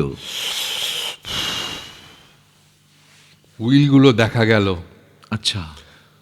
উইলের সাক্ষী বাড়ির বামুন আর চাকর, তাদের টিপসই রয়েছে। আর আর বাড়ির অন্য ঘরগুলো ভালো করে খানা তল্লাশ করতে বললুম, কিন্তু বিধুবাবু গুঁয়ো ধরেছেন। আমি যা বলবো তার উল্টো কাজটি করবেন। শেষ পর্যন্ত ভয় দেখিয়ে এলুম, যদি খানা তল্লাশ না করেন কমিশনার সাহেবকে কিন্তু নালিশ করব। তারপরে তারপর আর কি, তিনি এখনো মতিলালকে কামড়ে পড়ে আছেন। মেয়েটা ভয়ানক শক্ত, এমন মুখ টিপে রইল যে কিছুতেই মুখ খুললে না। অথচ এই রহস্যের চাবিকাঠি কিন্তু তার কাছেই। যাই হোক, দেখা যাক। বিধুবাবু যদি শেষ পর্যন্ত খানা তল্লাশ মনস্থ করেন, হয়তো কিছু পাওয়া যেতে পারে। ব্যোমকেশ, কি পাওয়া যাবে? মানে তুমি কি পাওয়া যাবে বলে প্রত্যাশা করো? কে বলতে পারে? সামান্য জিনিস, হয়তো একটা ডাক্তারি দোকানের ক্যাশ মেমো, কিংবা একটা পেন্সিল, কিংবা কিন্তু বৃথা গবেষণা করে লাভ নেই। চলো স্নান করতে যাই, বেলা হলো। চলো। দুপুর বেলাটা ব্যোমকেশ আরাম কেদারায় চোখ বুজিয়া শুইয়া কাটাইয়া দিল। মনে হইল সে যেন কিছুর প্রতীক্ষা করিতেছে। 3টে বাজিতেই পুটিরাম চা দিয়া গেল। নিঃশব্দে পান করিয়া ব্যোমকেশ পূর্ববৎ পড়িয়া রহিল। 4:30 বাজিবার পর পাশের ঘরে টেলিফোন বাজিয়া উঠিল। ব্যোমকেশ দ্রুত উঠিয়া গিয়া ফোন ধরিল। কে কে আপনি? ওহো, ইন্সপেক্টর বাবু। হ্যাঁ, কি খবর? সুকুমার বাবুর ঘর সার্চ হয়েছে? বেশ বেশ বেশ বেশ। বিধুবাবু তাহলে শেষ পর্যন্ত... আচ্ছা, তার ঘরে কি পাওয়া গেল? হ্যাঁ, বলেন কি? সুকুমার বাবুকে অ্যারেস্ট করা হয়েছে? তারপর কিছু পাওয়া গেল? ক্লোরোফর্মের শিশি আলমারিতে বইয়ের পেছনে ছিল, আর উইল, আর একখানা টাইপ করা উইল। আরে বলেন কি? আচ্ছা, কোন তারিখের বলুন তো? যে রাত্রে করালিবাবু মারা যান সেই দিন তৈরি? কোথায় ছিল? বাক্সের তলায়? এ উইলে ওয়ারিসকে? ফণী বাবু? হ্যাঁ হ্যাঁ, ঠিক বলছেন। পর্যায়ক্রমে এবার তারই পালা ছিল বটে। সুকুমার বাবুর বোনকে কি গ্রেপ্তার করা হয়েছে? না। ও, বুঝেছি বুঝেছি। ঘরে আর কিছু পাওয়া যায়নি? এই ধরুন একটা লাল পেন্সিল পাননি? আশ্চর্য, সেলাইয়ের কোনো উপকরণ পাননি? তাই তো। আচ্ছা, বিধুবাবু আছেন? হ্যাঁ, মতিলালকে খালাস করতে গেছেন? তবু ভালো, বিধুবাবুর সুমতি হয়েছে। সুকুমার বাবুর ঘর ছাড়া আর কোন কোন ঘর সার্চ করা হয়েছে? আর হয়নি? কি বললেন? বিধুবাবু দরকার মনে করেননি? বিধুবাবু তো কিছুই দরকারি মনে করেন না। আমার আজ যাবার দরকার আছে কি? না না, ওই নতুন উইলখানা দেখতুম। ও, নিয়ে গেছেন? আচ্ছা, হ্যাঁ হ্যাঁ, কাল সকালেই হবে। লাল পেন্সিল আর ওই সেলাইয়ের উপকরণটা যতক্ষণ না পাওয়া যাচ্ছে ততক্ষণ। হ্যাঁ, কি বলছেন? সুকুমারের বিরুদ্ধে ওভারওয়েলমিং প্রমাণ পাওয়া গেছে? তা বলতে পারেন, কিন্তু ডাক্তারের রিপোর্ট পাওয়া গেছে। মৃত্যুর সময় সম্বন্ধে কি লিখেছেন? আহারের 3 ঘন্টা পরে। তার মানে আন্দাজ রাত 12টা। আচ্ছা, কাল সকালে নিশ্চয়ই যাব। ফোন রাখিয়া ব্যোমকেশ ফিরিয়া আসিয়া বসিল। তাহার চিন্তাকুঞ্চিত ভ্রু ও মুখ দেখিয়া মনে হইল সে সম্পূর্ণ সন্তুষ্ট হইতে পারে নাই। জিজ্ঞাসা করিলাম, সুকুমারী তাহলে? তুমি তো গোড়া থেকেই সন্দেহ করেছিলে, তাই না? কিছুক্ষণ নীরব থাকিয়া ব্যোমকেশ বলিল, এ ব্যাপারে যত কিছু প্রমাণ সবই কিন্তু সুকুমারের দিকে নির্দেশ করছে। দেখো, করালিবাবুর মৃত্যুর ধরনটা যেন চোখে আঙুল দিয়ে দেখিয়ে দিচ্ছে যে এটা ডাক্তারের কাজ। যারা ডাক্তারি কিছু জানে না তারা কিন্তু ওভাবে খুন করতে পারে না। যে ছুঁচটা ব্যবহার করা হয়েছে তাও তার বোনের সেলাইয়ের বাক্স থেকে চুরি করা, এমনকি সুতোটা পর্যন্ত এক। সুকুমার রাত 12টার সময় বাড়ি ফিরল। ঠিক সেই সময়তেই করালিবাবুও মারা গেলেন। সুকুমারের ঘর সার্চ করে বেরিয়েছে ক্লোরোফর্মের শিশি আর একটা টাইপ করা উইল, করালিবাবুর শেষ উইল, যাতে তিনি সুকুমারকে বঞ্চিত করে ফণিকে সর্বস্ব দিয়ে গেছেন। সুকুমার নিজের মুখেই স্বীকার করেছে যে সেদিন সন্ধেবেলা করালিবাবুর সঙ্গে তার ঝগড়া হয়েছিল। সুতরাং তিনি যে আবার উইল বদলাবেন তা সে বেশ বুঝতে পেরেছিল। খুন করার মোটিভ পর্যন্ত পরিষ্কার পাওয়া যাচ্ছে। হ্যাঁ, তাহলে সুকুমারী যে আসামি তাতে তো আর কোনো সন্দেহ নেই। আরে, সন্দেহের অবকাশ কোথায়? আচ্ছা, সুকুমারকে দেখে তোমার কিরকম মনে হলো? খুব নির্বোধ বলে মনে হলো কি? না, বরঞ্চ বেশ বুদ্ধি আছে বলেই মনে হয়েছে। সেখানেই ধোঁকা লাগছে। বুদ্ধিমান বোকার মতো কাজ করে কেন? বলিয়াই ব্যোমকেশ সচকিতভাবে সোজা হইয়া বসিল। দ্বারের কাছে অস্পষ্ট পদধ্বনি আমিও শুনিতে পাইয়াছিলাম। ব্যোমকেশ গলা চড়াইয়া ডাকিল, কে? ভিতরে আসুন। কিছুক্ষণ কোনো সাড়া পাওয়া গেল না। তারপর আস্তে আস্তে দ্বার খুলিয়া গেল। তখনও ঘোর বিস্ময়ে দেখিলাম সম্মুখে দাঁড়াইয়া আছে সত্যবতী। সত্যবতী ঘরে প্রবেশ করিয়া দ্বার ভেজাইয়া দিল।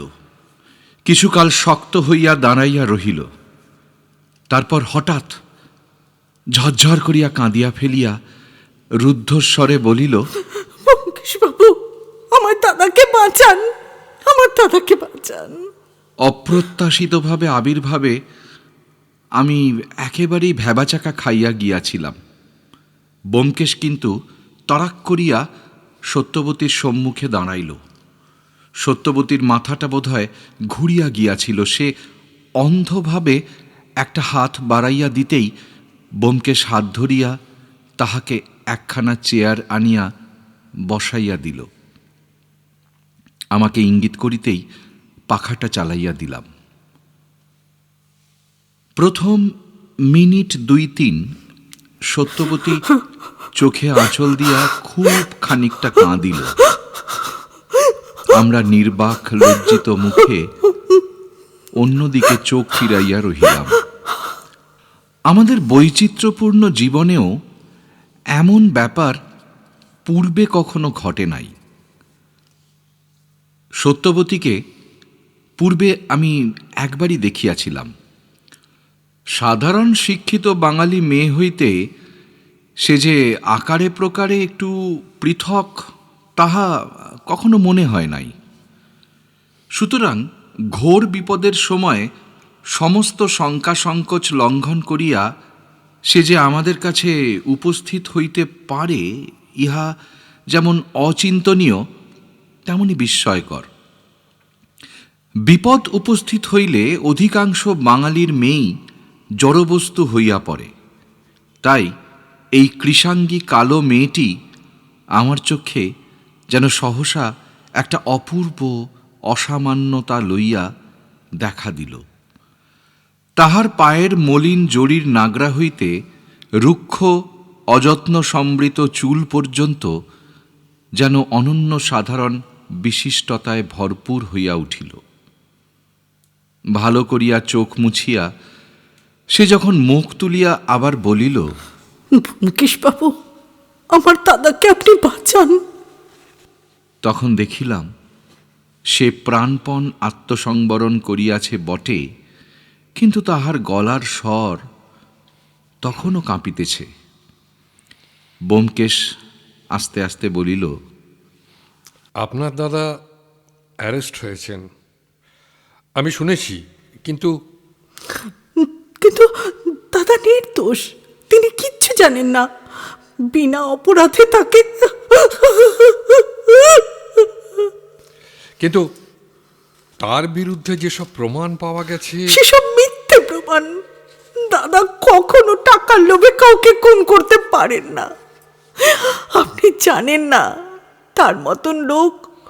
ব্যোমকেশবাবু, আমরা মেসোমশাইয়ের টাকা চাই না, আপনি শুধু দাদাকে এই বিপদ থেকে উদ্ধার করুন। আমরা আপনার পায়ে কেনা হয়ে থাকবো। আরে ঠিক আছে ঠিক আছে। তাহার দুই চোখ দিয়া ধারার মতো অশ্রু ঝরিয়া পড়িতে লাগিল, কিন্তু সে আর তাহা মুছিবার চেষ্টা করিল না। বোধ করি জানিতেই পারিল না। ব্যোমকেশ এবার যখন কথা কহিল, তখন তাহার কণ্ঠস্বরে একটা অশ্রুতপূর্ব গার্হতা লক্ষ্য করিলাম। সে বলিল, আপনার দাদা যদি সত্যি নির্দোষ হন, আমি প্রাণপণে তাকে বাঁচাবার চেষ্টা করব, কিন্তু দাদা নির্দোষ আপনি বিশ্বাস করছেন না? এই যে আমি আপনার পা ছুঁয়ে বলছি, আরে আরে দাদা এই কাজ করতে পারেন না।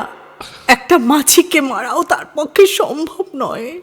আরে আরে এ কি করছেন? উঠুন উঠুন, উঠে বসুন।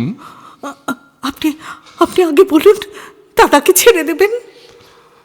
সুকুমার বাবুকে ছেড়ে দেওয়ার মালিক কিন্তু আমি নই, পুলিশ। হ্যাঁ, তবে চেষ্টা আমি করতে পারি, কিন্তু চেষ্টা করলে সব কথা আমার জানা দরকার, বুঝছেন না? আমার কাছ থেকে যতক্ষণ আপনি কথা গোপন করবেন, ততক্ষণ কোনো সাহায্যই আমি আপনাকে করতে পারবো না। আমি তো কোনো কথা গোপন করিনি। হ্যাঁ, করেছেন। আপনি সেই রাত্রেই করালিবাবুর ঘরে গিয়ে তার মৃত্যুর কথা জানতে পেরেছিলেন, কিন্তু আমাকে বলেননি।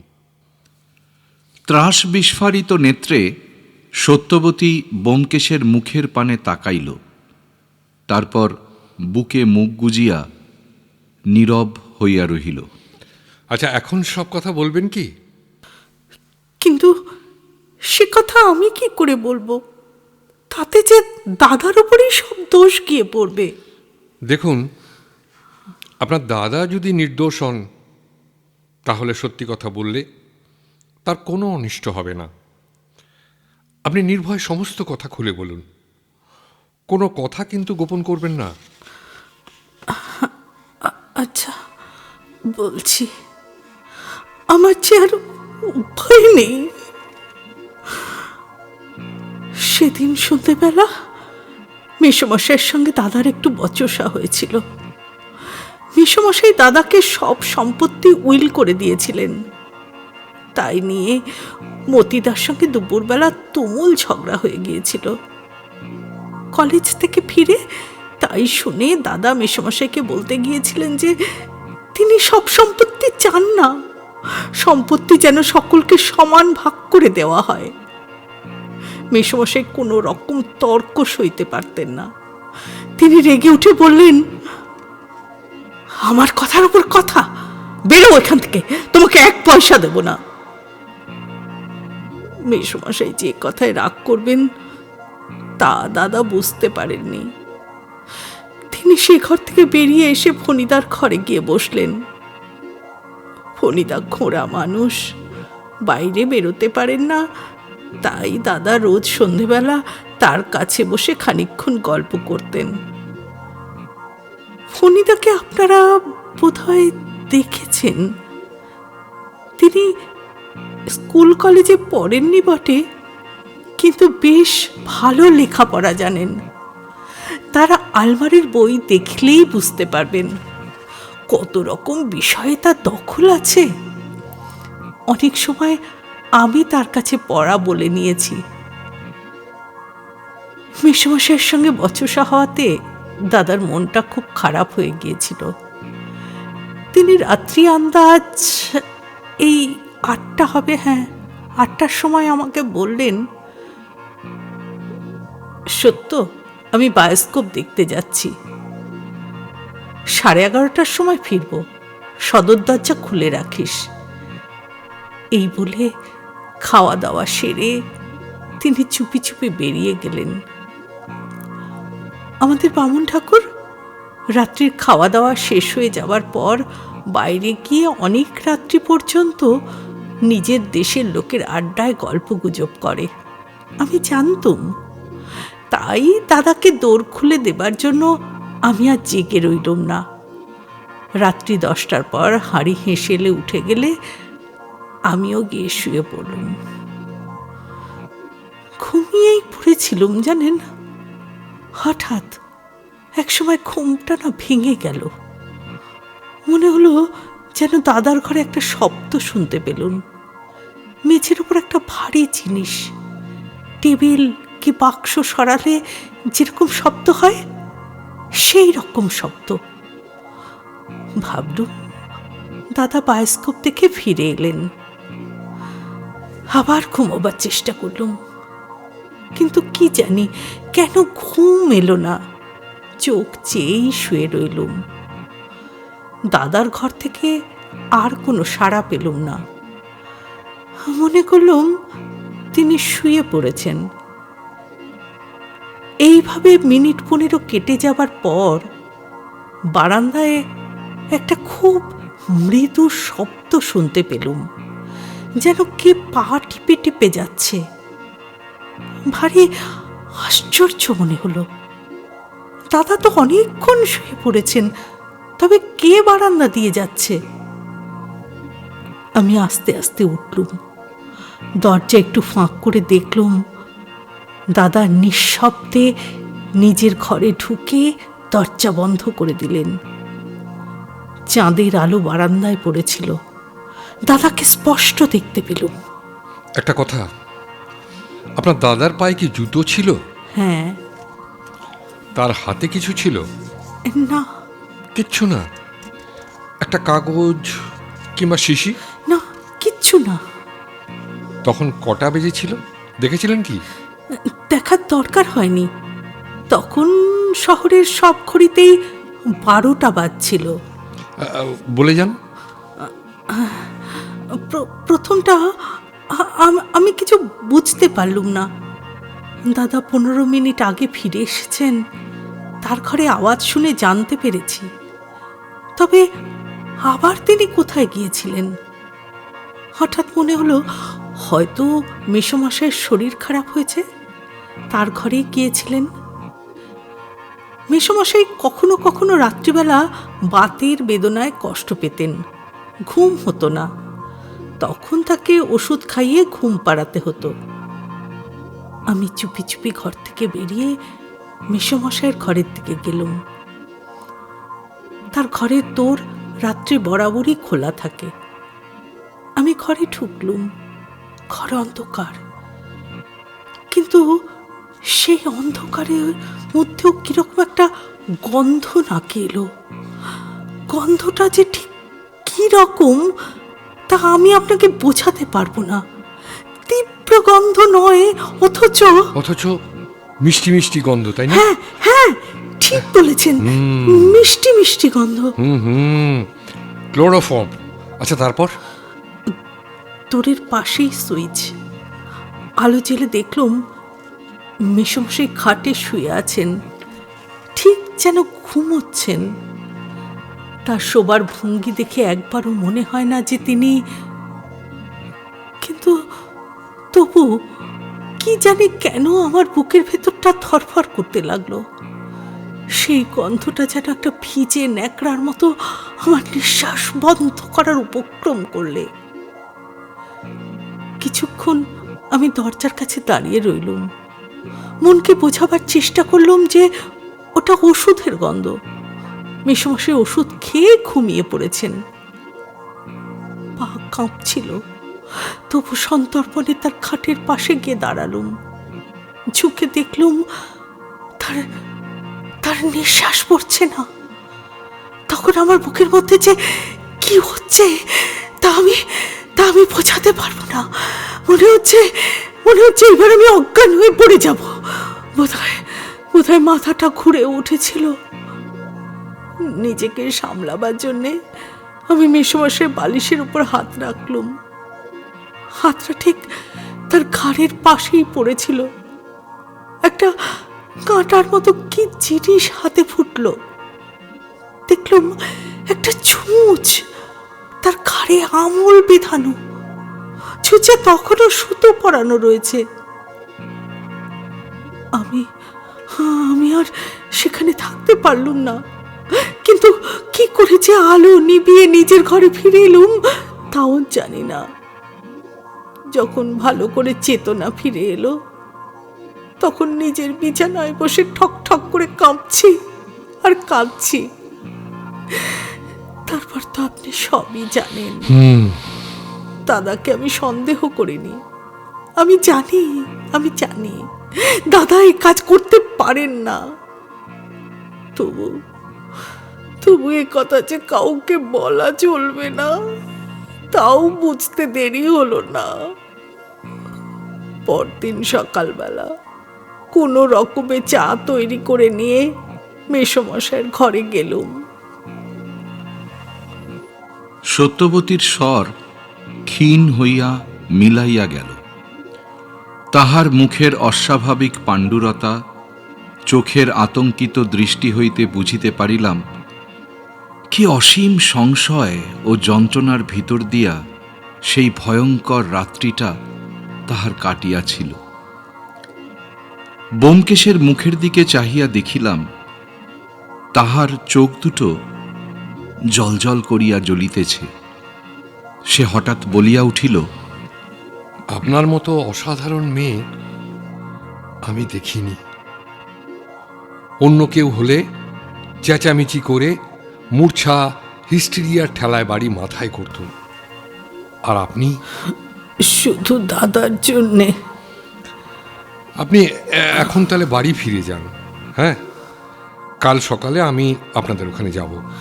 কিন্তু আপনি তো কিছু বললেন না। না, বলবার কিছু নেই। আপনাকে আশা দিয়ে শেষে যদি কিছু করতে না পারি। এর মধ্যে বিধুবাবু নামক একটি আস্ত আছেন কি না তাই একটু ভয়।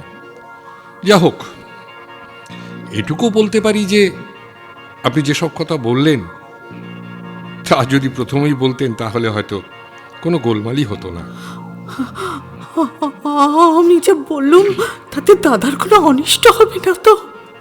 সত্যি বলছেন ব্যোমকেশ বাবু? আমার আর কেউ নেই।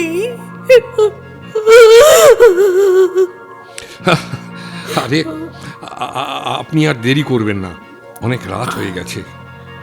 আমাদের এটা ব্যাচেলার এস্টাবলিশমেন্ট, বুঝলেন না? সত্যবতী একটু ব্যস্তভাবে বাহির হইয়া যাইবার উপক্রম করিল।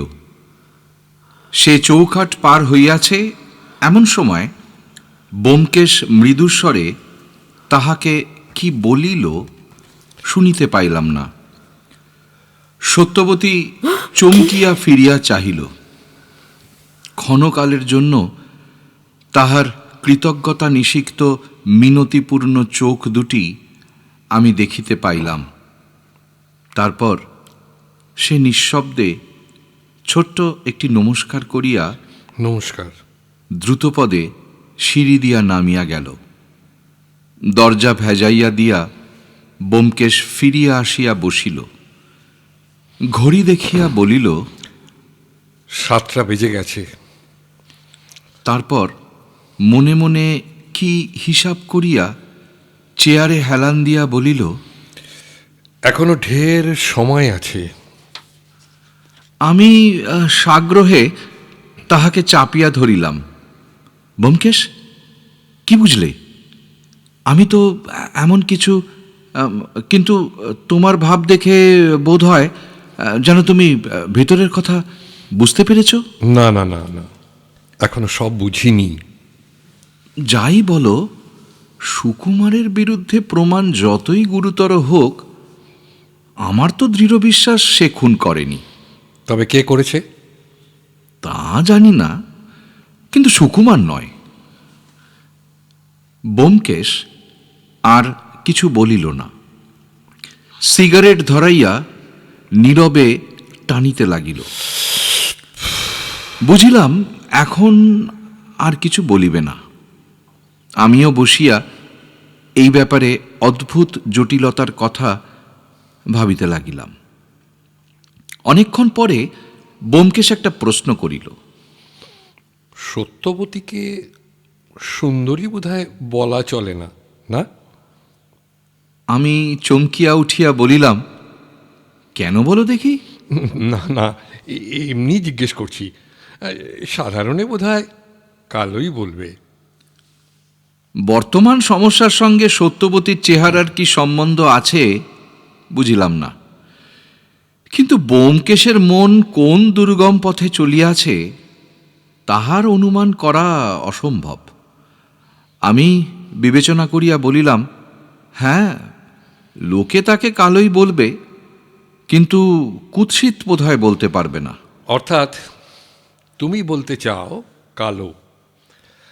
তা সে যতই কালো হোক, দেখেছি তার কালো হরিণ চোখ কেমন। আচ্ছা, ভালো কথা। অজিত, তোমার বয়স কত হলো বলো দেখি? আমার বয়স? হ্যাঁ, কত বছর, কমাস, কদিন, ঠিক হিসেব করে বলো। কে জানে, হয়তো আমার বয়সের হিসেবের মধ্যেই করালিবাবুর মৃত্যু রহস্যটা চাপা পড়িয়া আছে। ব্যোমকেশের অসাধ্য কার্য নাই।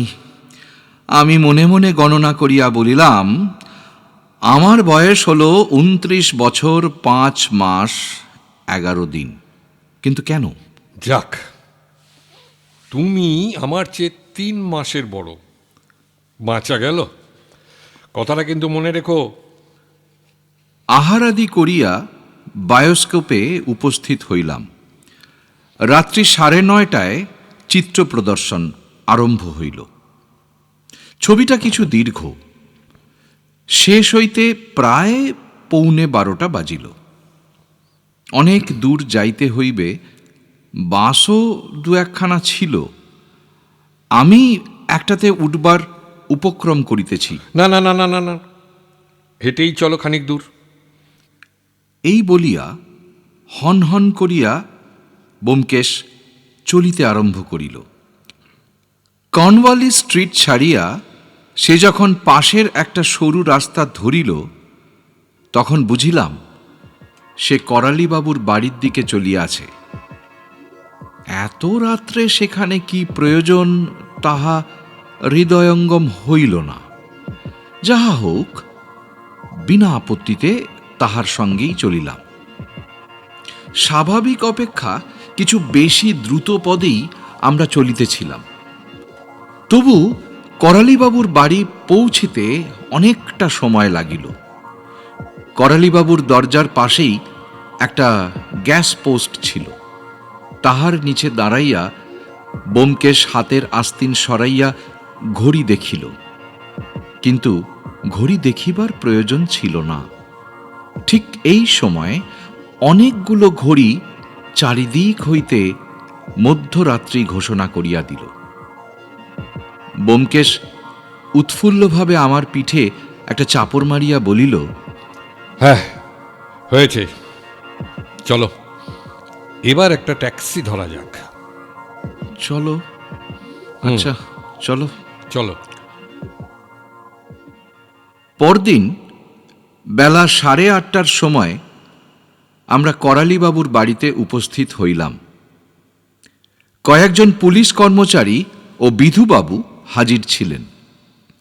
ব্যোমকেশকে দেখিয়া বিধুবাবু একটু অপ্রস্তুত হইলেন, কিন্তু সে ভাব গোপন করিয়া গম্ভীর স্বরে বলিলেন, ব্যোমকেশ বাবু, আপনি শুনেছেন বোধহয় যে সুকুমারকে অ্যারেস্ট করেছি।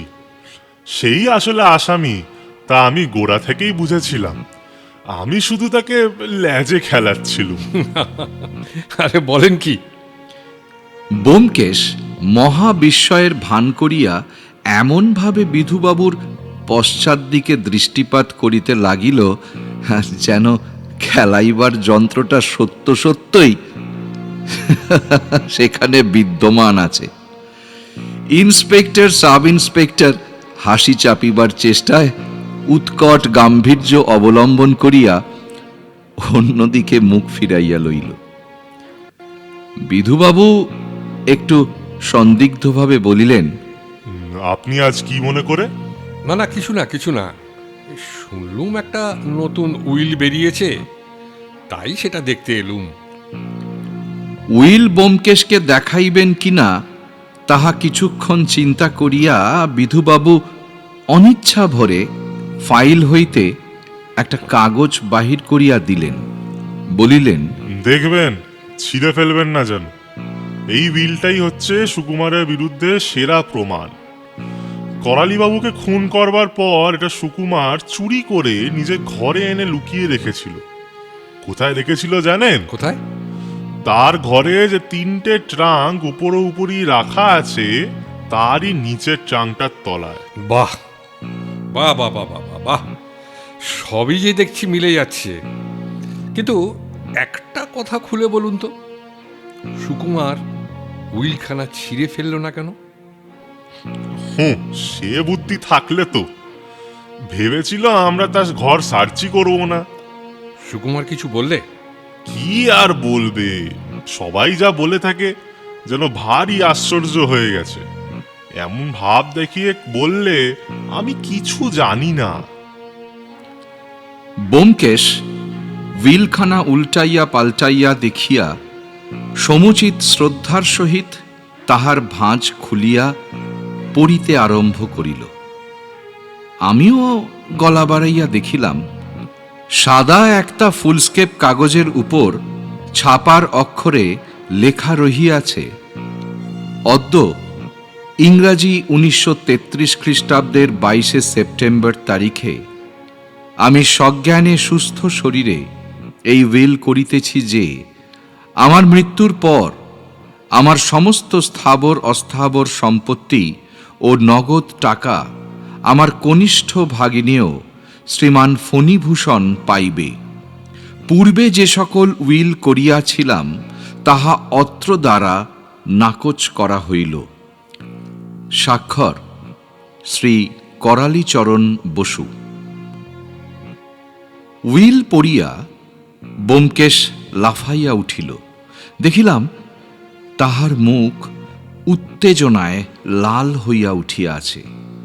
সে বলিল, বিধুবাবু, এ কি আশ্চর্য ব্যাপার! উইল যে... এই বলিয়া কাগজখানা বিধুবাবুর সম্মুখে পাতিয়া ধরিল।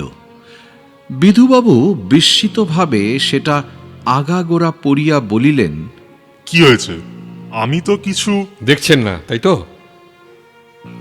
এই বলিয়া ব্যোমকেশ স্বাক্ষরের নিচেটা আঙুল দিয়া দেখাইল। তখন বিধুবাবু চক্ষু গোলাকৃতি করিয়া বলিলেন, ও সাক্ষী।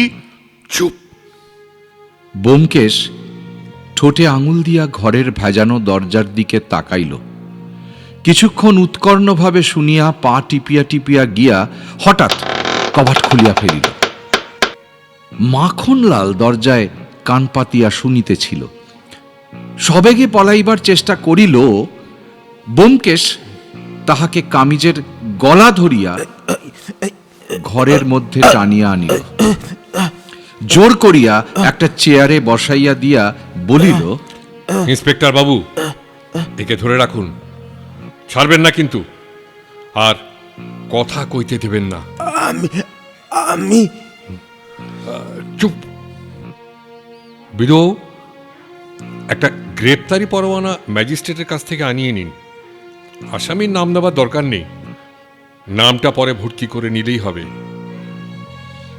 বিধুবাবুর কানের কাছে মুখ লইয়া গিয়া খাটো গলায় বলিল, ততক্ষণ এই লোকটাকে রেজে খেলান, আমরা আসছি। কিন্তু আমি যে কিছুই। পরে হবে, ইতিমধ্যে আপনি ওয়ারেন্টখানা আনিয়ে রাখুন। এসো এসো অজিত। দ্রুতপদে ব্যোমকেশ উপরে উঠিয়া গিয়া ফণির কবাটে টোকা মারিল। ফণি আসিয়া দরজা খুলিয়া সম্মুখে ব্যোমকেশকে দেখিয়া ঈষৎ বিস্ময়ের সহিত বলিল, ব্যোমকেশ বাবু। আমরা ঘরে প্রবেশ করিলাম। ব্যোমকেশের ব্যস্ত সমস্ত ভাব আর ছিল না। সে সহাস্য মুখে বলিল, আপনি শুনে সুখী হবেন। করালিবাবুর প্রকৃত হত্যাকারী কে তা আমরা জানতে পেরেছি। হ্যাঁ, সুকুমারদা গ্রেপ্তার হয়েছেন জানি, কিন্তু এখনো যেন বিশ্বাসই করতে পারছি না। বিশ্বাস না হওয়ারই তো কথা।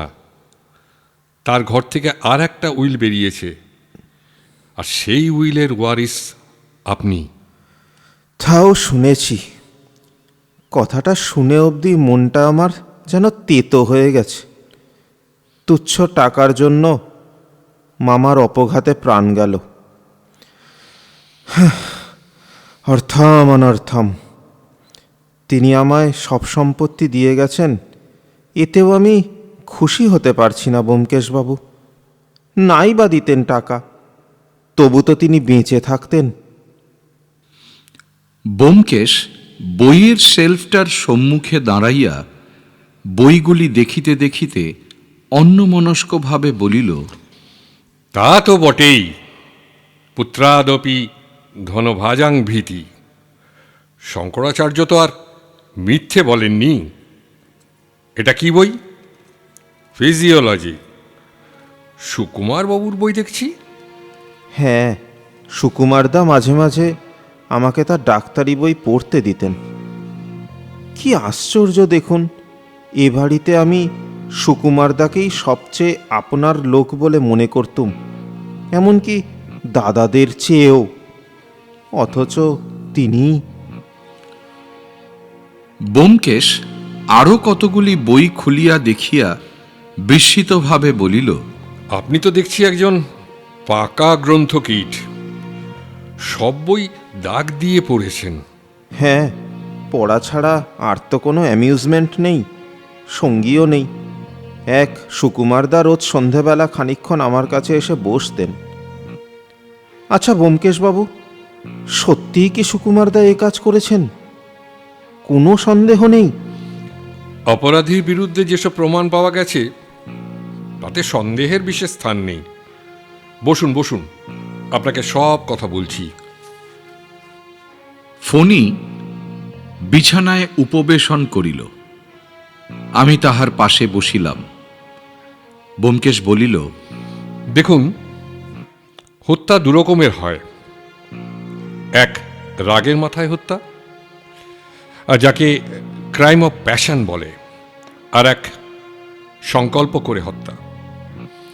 রাগের মাথায় যে লোক খুন করে তাকে ধরা কঠিন নয়, অধিকাংশ সময় সে নিজেই ধরা দেয়।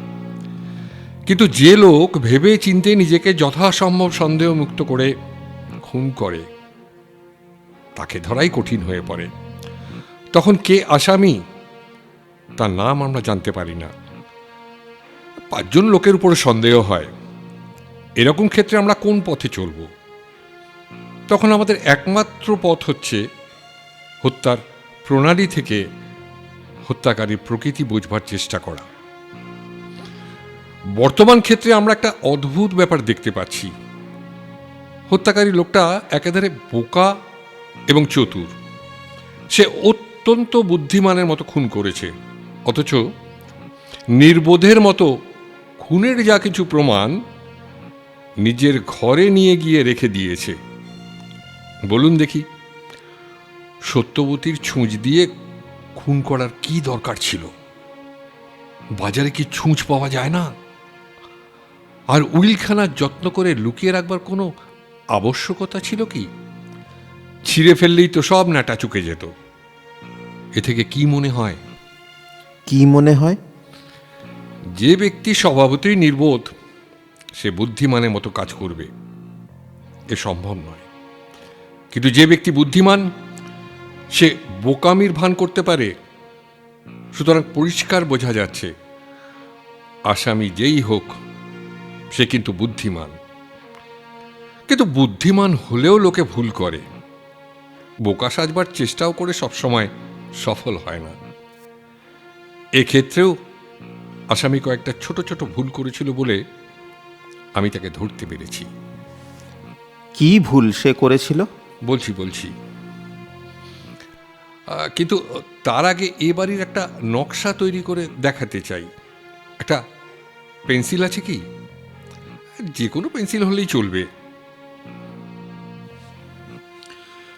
ফণির বিছানায় বালিশের পাশে একটা বই রাখা ছিল।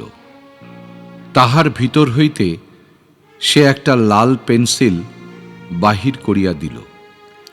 পেন্সিলটা লইয়া ব্যোমকেশ ভালো করিয়া দেখিল। তারপর মৃদু হাস্যে সেটা পকেটে রাখিয়া দিয়া বলিল, থাক, প্ল্যান আঁকবার দরকার নেই, মুখেই বলছি। অপরাধী প্রধানত 3টে ভুল করেছিল। প্রথমে সে গ্রে অ্যানাটমির এক জায়গায় লাল পেন্সিল দিয়ে দাগ দিয়েছিল। দ্বিতীয়, সে বাক্স টানবার সময় একটু শব্দ করে ফেলেছিল। আর তৃতীয়, সে আইন ভালো জানত না। ফণির মুখ হইতে সমস্ত রক্ত নামিয়া গিয়া মুখখানা একেবারে মরার মতো হইয়া গিয়াছিল। সে অতি কষ্টে উচ্চারণ করিল, আইন আইন জানতো না। না, আর সেই জন্যই অত বড় অপরাধটা ব্যর্থ হয়ে গেল। আপনি কি বলছেন আমি ঠিক বুঝে উঠতে পারছি না। সুকুমার বাবুর ঘর থেকে যে উইলটা বেরিয়েছে, উইল হিসেবে কিন্তু সেটা মূল্যহীন। তাতে সাক্ষীর দস্তখত নেই।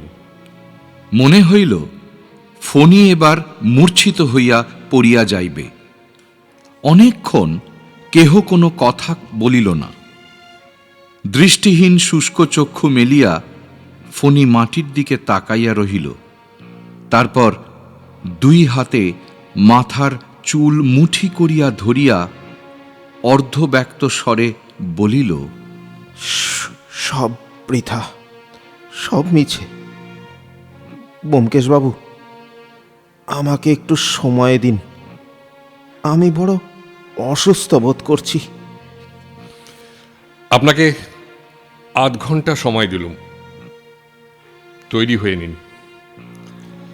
থিম্বলটা অবশ্য ফেলে দিয়েছেন, সেটা সুকুমারের ঘরে রেখে আসেননি কেন বোঝা যাচ্ছে না। তাড়াতাড়িতে আঙুল থেকে খুলে গিয়েছিলেন না? তাই হবে। কিন্তু ক্লোরোফর্ম কার হাত দিয়ে আনালেন? মাখন?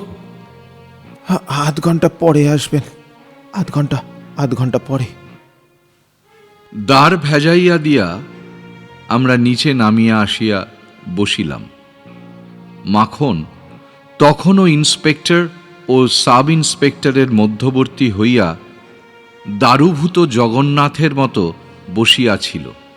ব্যোমকেশ ভীষণ ভ্রুকুটি করিয়া তাহাকে প্রশ্ন করিল। তুমি কবে ফণিকে ক্লোরোফর্ম এনে দিয়েছো? আমি কিছু জানি না, আমি কিছু জানি না। সত্যি কথা বলো, নইলে ওয়ারেন্ট তোমার নামে কিন্তু লেখা হবে। দোহাই আপনাদের, আমি এসবের মধ্যে নেই। ফণি বলেছিল রাত্রে তার ঘুম হয় না, এক ফোঁটা করে ক্লোরোফর্ম খেলে ঘুম হবে, তাই। বুঝেছি বুঝেছি, এবার একে ছেড়ে দিতে পারেন বিধুবাবু। মুক্তি পাইয়া মাখন একেবারে বাড়ি ছাড়িয়া দৌড় মারিল। ব্যোমকেশ বলিল, ওয়ারেন্ট এসেছে? না, এই এলো বলে, কিন্তু কার জন্য ওয়ারেন্ট? করালি বাবুকে যে খুন করেছে তার জন্য।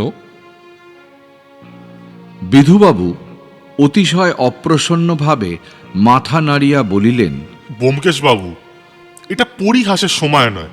কমিশনার সাহেব আপনাকে একটু স্নেহ করেন বলে আপনি আমার ওপর হুকুম চালাচ্ছেন, তাও আমি সহ্য করছি, কিন্তু তামাশা সহ্য করব না। না না, তামাশা নয়, তামাশা নয়, এ একেবারে নিরেট সত্যি কথা। আর শুনুন তবে। এই বলিয়া ব্যোমকেশ সংক্ষেপে সমস্ত কথা বিধুবাবুকে বলিল। বিধুবাবু কিছুক্ষণ বিস্ময় বিহ্বল হইয়া রহিলেন।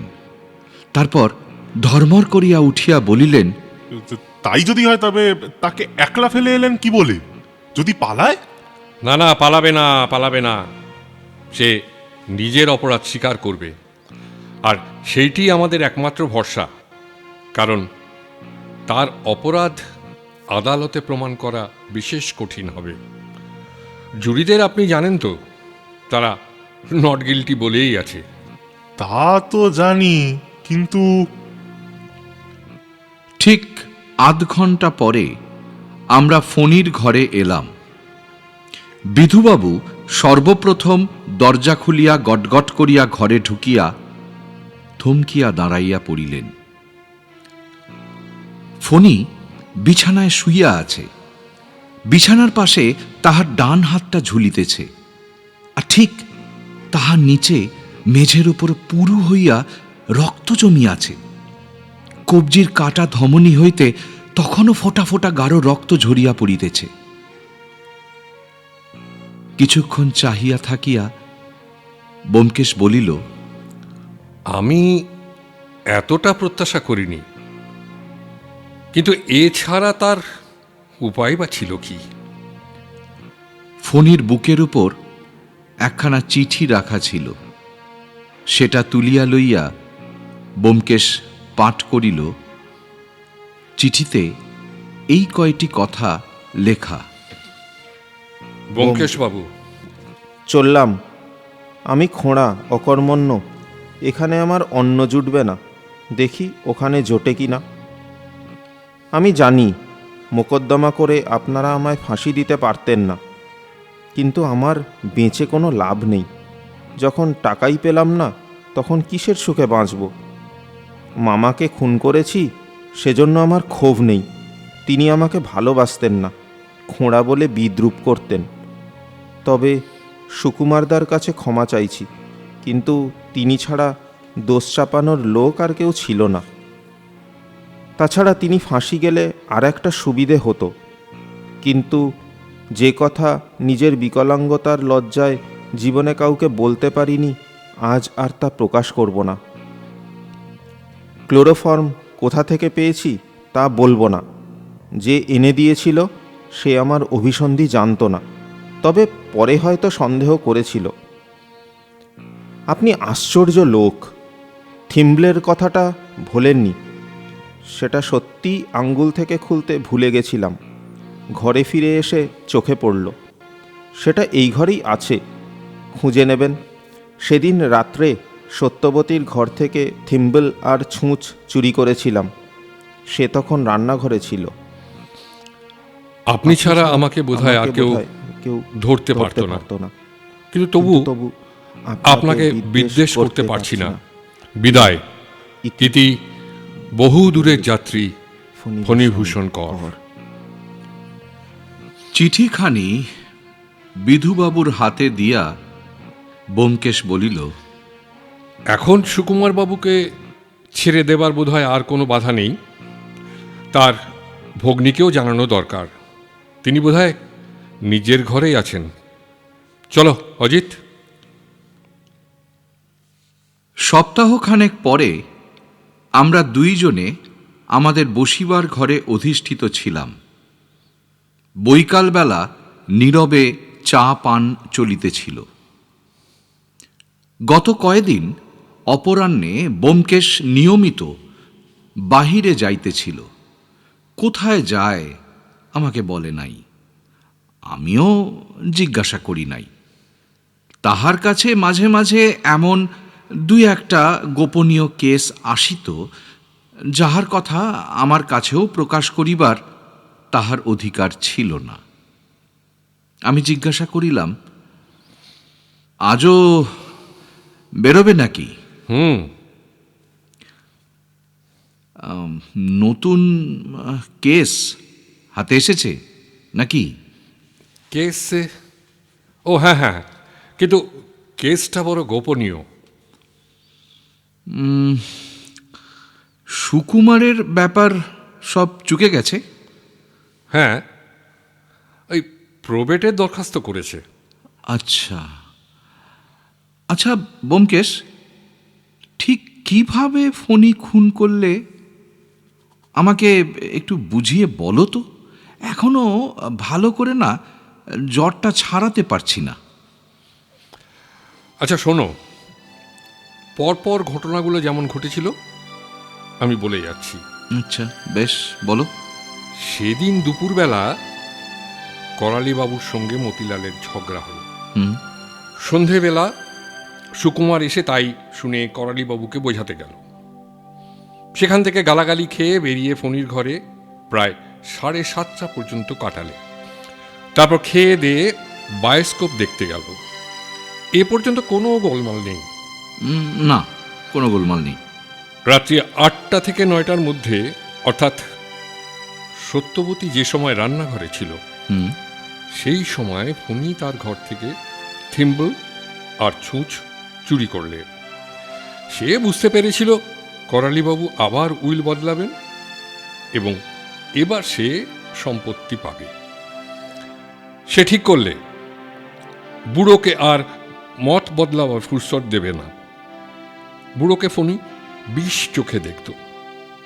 বিকলাঙ্গ লোকের একটা অদ্ভুত মানসিকতা, দুর্বলতা প্রায় দেখা যায়। তারা নিজেদের দৈহিক বিকৃতি সম্বন্ধে ব্যঙ্গ বিদ্রুপ এগুলো সইতে পারে না। ফণি বোধহয় অনেকদিন থেকেই ওই করালিবাবুকে খুন করবার একটা মতলব আঁটছিল। বামুন ঠাকুরের এজেহাত থেকে জানা যায় রাত্রি আন্দাজ 11:30টার সময় মতিলাল বাড়ি থেকে বেরিয়েছিল। গাঁজাখোরদের তো আর সময়ের ধারণা থাকে না, তাই বামুন ঠাকুর একটু সময়ের গোলমাল করে ফেলেছিল। আমি কিন্তু হিসেব করে দেখেছি, মতিলাল বাড়ি থেকে বেরিয়েছিল ঠিক 11:25। তার ও দোষ বরাবরই ছিল, রাত্রে বাড়ি থাকতো না। সে বেরিয়ে যাওয়ার পর ফণিও নিজের ঘর থেকে বেরোলো। মতিলালের ঘর করালিবাবুর শোবার ঘরের ঠিক নিচেই। পাছে পায়ের শব্দ হয়, তাই ফণি এতক্ষণ অপেক্ষা করছিল। ঘুমন্ত করালিবাবুকে ক্লোরোফর্ম করতে মিনিট 5 সময় লাগলো। তারপর সে তার ঘাড়ে অপটু হস্তে ছুঁচ ফোটালে। 3 বার ফোটাবার পর তবে ছুঁচ যথাস্থানে পৌঁছল। সুকুমারের মতন ডাক্তারি ছাত্র যদি এ কাজ করত, তাহলে 3 বার ফোটাবার দরকার হতো না। করালিবাবুকে শেষ করে ফণি পাশের ঘরের দেরাজ থেকে তার শেষ উইল বার করে দেখলে উইল তার নামেই বটে। এখানে একটু সন্দেহের অবকাশ আছে। এমনও হতে পারে যে ফণি করালিবাবুকে ক্লোরোফর্ম করে পাশের ঘরে গিয়ে উইলটা পড়লে, যখন দেখলে উইল তারই নামে, তখন ফিরে এসে করালিবাবুকে খুন করলে। সে যাই হোক, এই ব্যাপারে তার 10-12 মিনিট সময় লাগল। এখন কথা হচ্ছে উইলখানা নিয়ে সে কি করবে। যথাস্থানে রেখে দিলেও পারত, কিন্তু তাতে সুকুমারকে ভালো করে ফাঁসানো যায় না। অথচ নিজেকে বাঁচতে হলে একজনকে তো ফাঁসানো চাই। উইল আর ক্লোরোফর্মের শিশি সে সুকুমারের ঘরে লুকিয়ে রেখে এলো। জানতো এত বড় কাণ্ডের পর সব ঘর খানা তল্লাশি হবেই, তখন উইলও বেরোবে। এক ঢিলে দুই পাখি মরবে, সুকুমারের ফাঁসি হবে আর সে সম্পত্তি পাবে। উইলটা কিন্তু ট্রাঙ্কের তলায় রাখতে একটু শব্দ হয়েছিল। সেই শব্দে সত্যবতীর ঘুম ভেঙে যায়। তখন রাত্রি 11:15। সে ভাবলে তার দাদা বায়োস্কোপ থেকে ফিরে এলো, কিন্তু বাস্তবিক সুকুমার তখন ফিরতে পারে না। সে ফিরেছে যখন ঘড়িতে ঢং ঢং করে 12টা বাজছে। আর কিছু বোঝাবার দরকার আছে কি? উইলে সাক্ষীর দস্তখত না থাকার কারণটা কি? আমার মনে হয় খাওয়া দাওয়ার পর করালিবাবু উইলটা লিখেছিলেন, তাই অত রাত্রে আর কিচ্ছু করেননি। সম্ভবত তার ইচ্ছে ছিল পরদিন সকালে চাকর বামুনকে দিয়ে সই দস্তখত করিয়ে নেবেন। নীরবে ধূমপান করিয়া কিছুক্ষণ কাটিয়া গেল। তারপর জিজ্ঞাসা করিলাম, সত্যবতীর সঙ্গে তারপর আর দেখা হয়েছিল কি? সে কি বললে? খুব ধন্যবাদ দিল তো? না না না না, শুধু গলায় আঁচল দিয়ে পেন নাম করলে। চমৎকার মেয়ে কিন্তু। কি বলো ব্যোমকেশ? তুমি আমার চেয়ে বয়সে বড়, সে কথাটা মনে আছে তো? হ্যাঁ, কিন্তু কেন? উত্তর না দিয়া ব্যোমকেশ পাশের ঘরে প্রবেশ করিল। মিনিট 5 পরে বিশেষ সাজসজ্জা করিয়া বাহির হইয়া আসিল।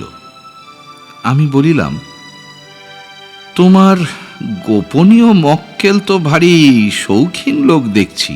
হ্যাঁ, সিল্কের পাঞ্জাবি পরা ডিটেকটিভ না হলে তার মন ওঠে না বুঝি? সত্য অন্বেষণ তো আর চারটিখানি কথা নয়, অনেক তোড়জোড় দরকার।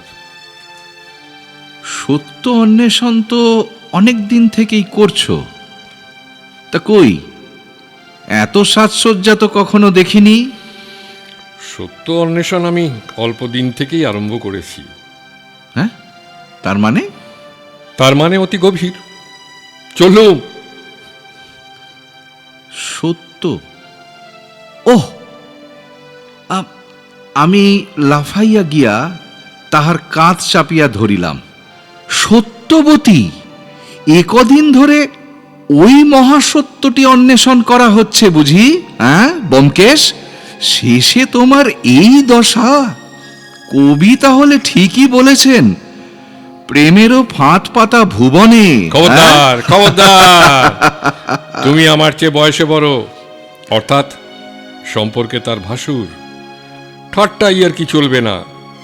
এবার থেকে কিন্তু আমিও তোমাকে দাদা বলে ডাকবো। আচ্ছা, আমাকে এত ভয় কেন হে? লেখক যাত্রাকেই আমি ঘোরতর সন্দেহের দৃষ্টিতে দেখি। বেশ, দাদাই হলুম তাহলে। ব্যোমকেশের মস্তকে হস্তার্পণ করিয়া বলিলাম, যাও ভাই, 4টে বাজে, এবার জয়যাত্রায় বেরিয়ে পড়ো। আশীর্বাদ করি, সত্যের প্রতি যেন তোমার অবিচলিত ভক্তি থাকে। ব্যোমকেশ বাহির হইয়া গেল।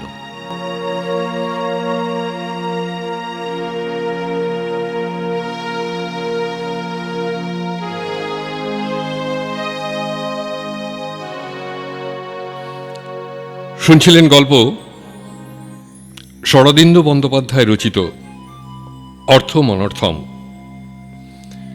এই গল্পের বিভিন্ন চরিত্রে যারা কণ্ঠদান করেছেন তারা হলেন ব্যোমকেশ, সঞ্জয়, অজিত, সৌভিক, বিধুবাবু সুকুমার এবং মতিলালের চরিত্রে বিহান, সত্যবতী সুবিতা, ফণী মাখনলাল এবং বামুন অরূপ। মিউজিক এবং স্পেশাল এফেক্টস নিলয় ঘোষ।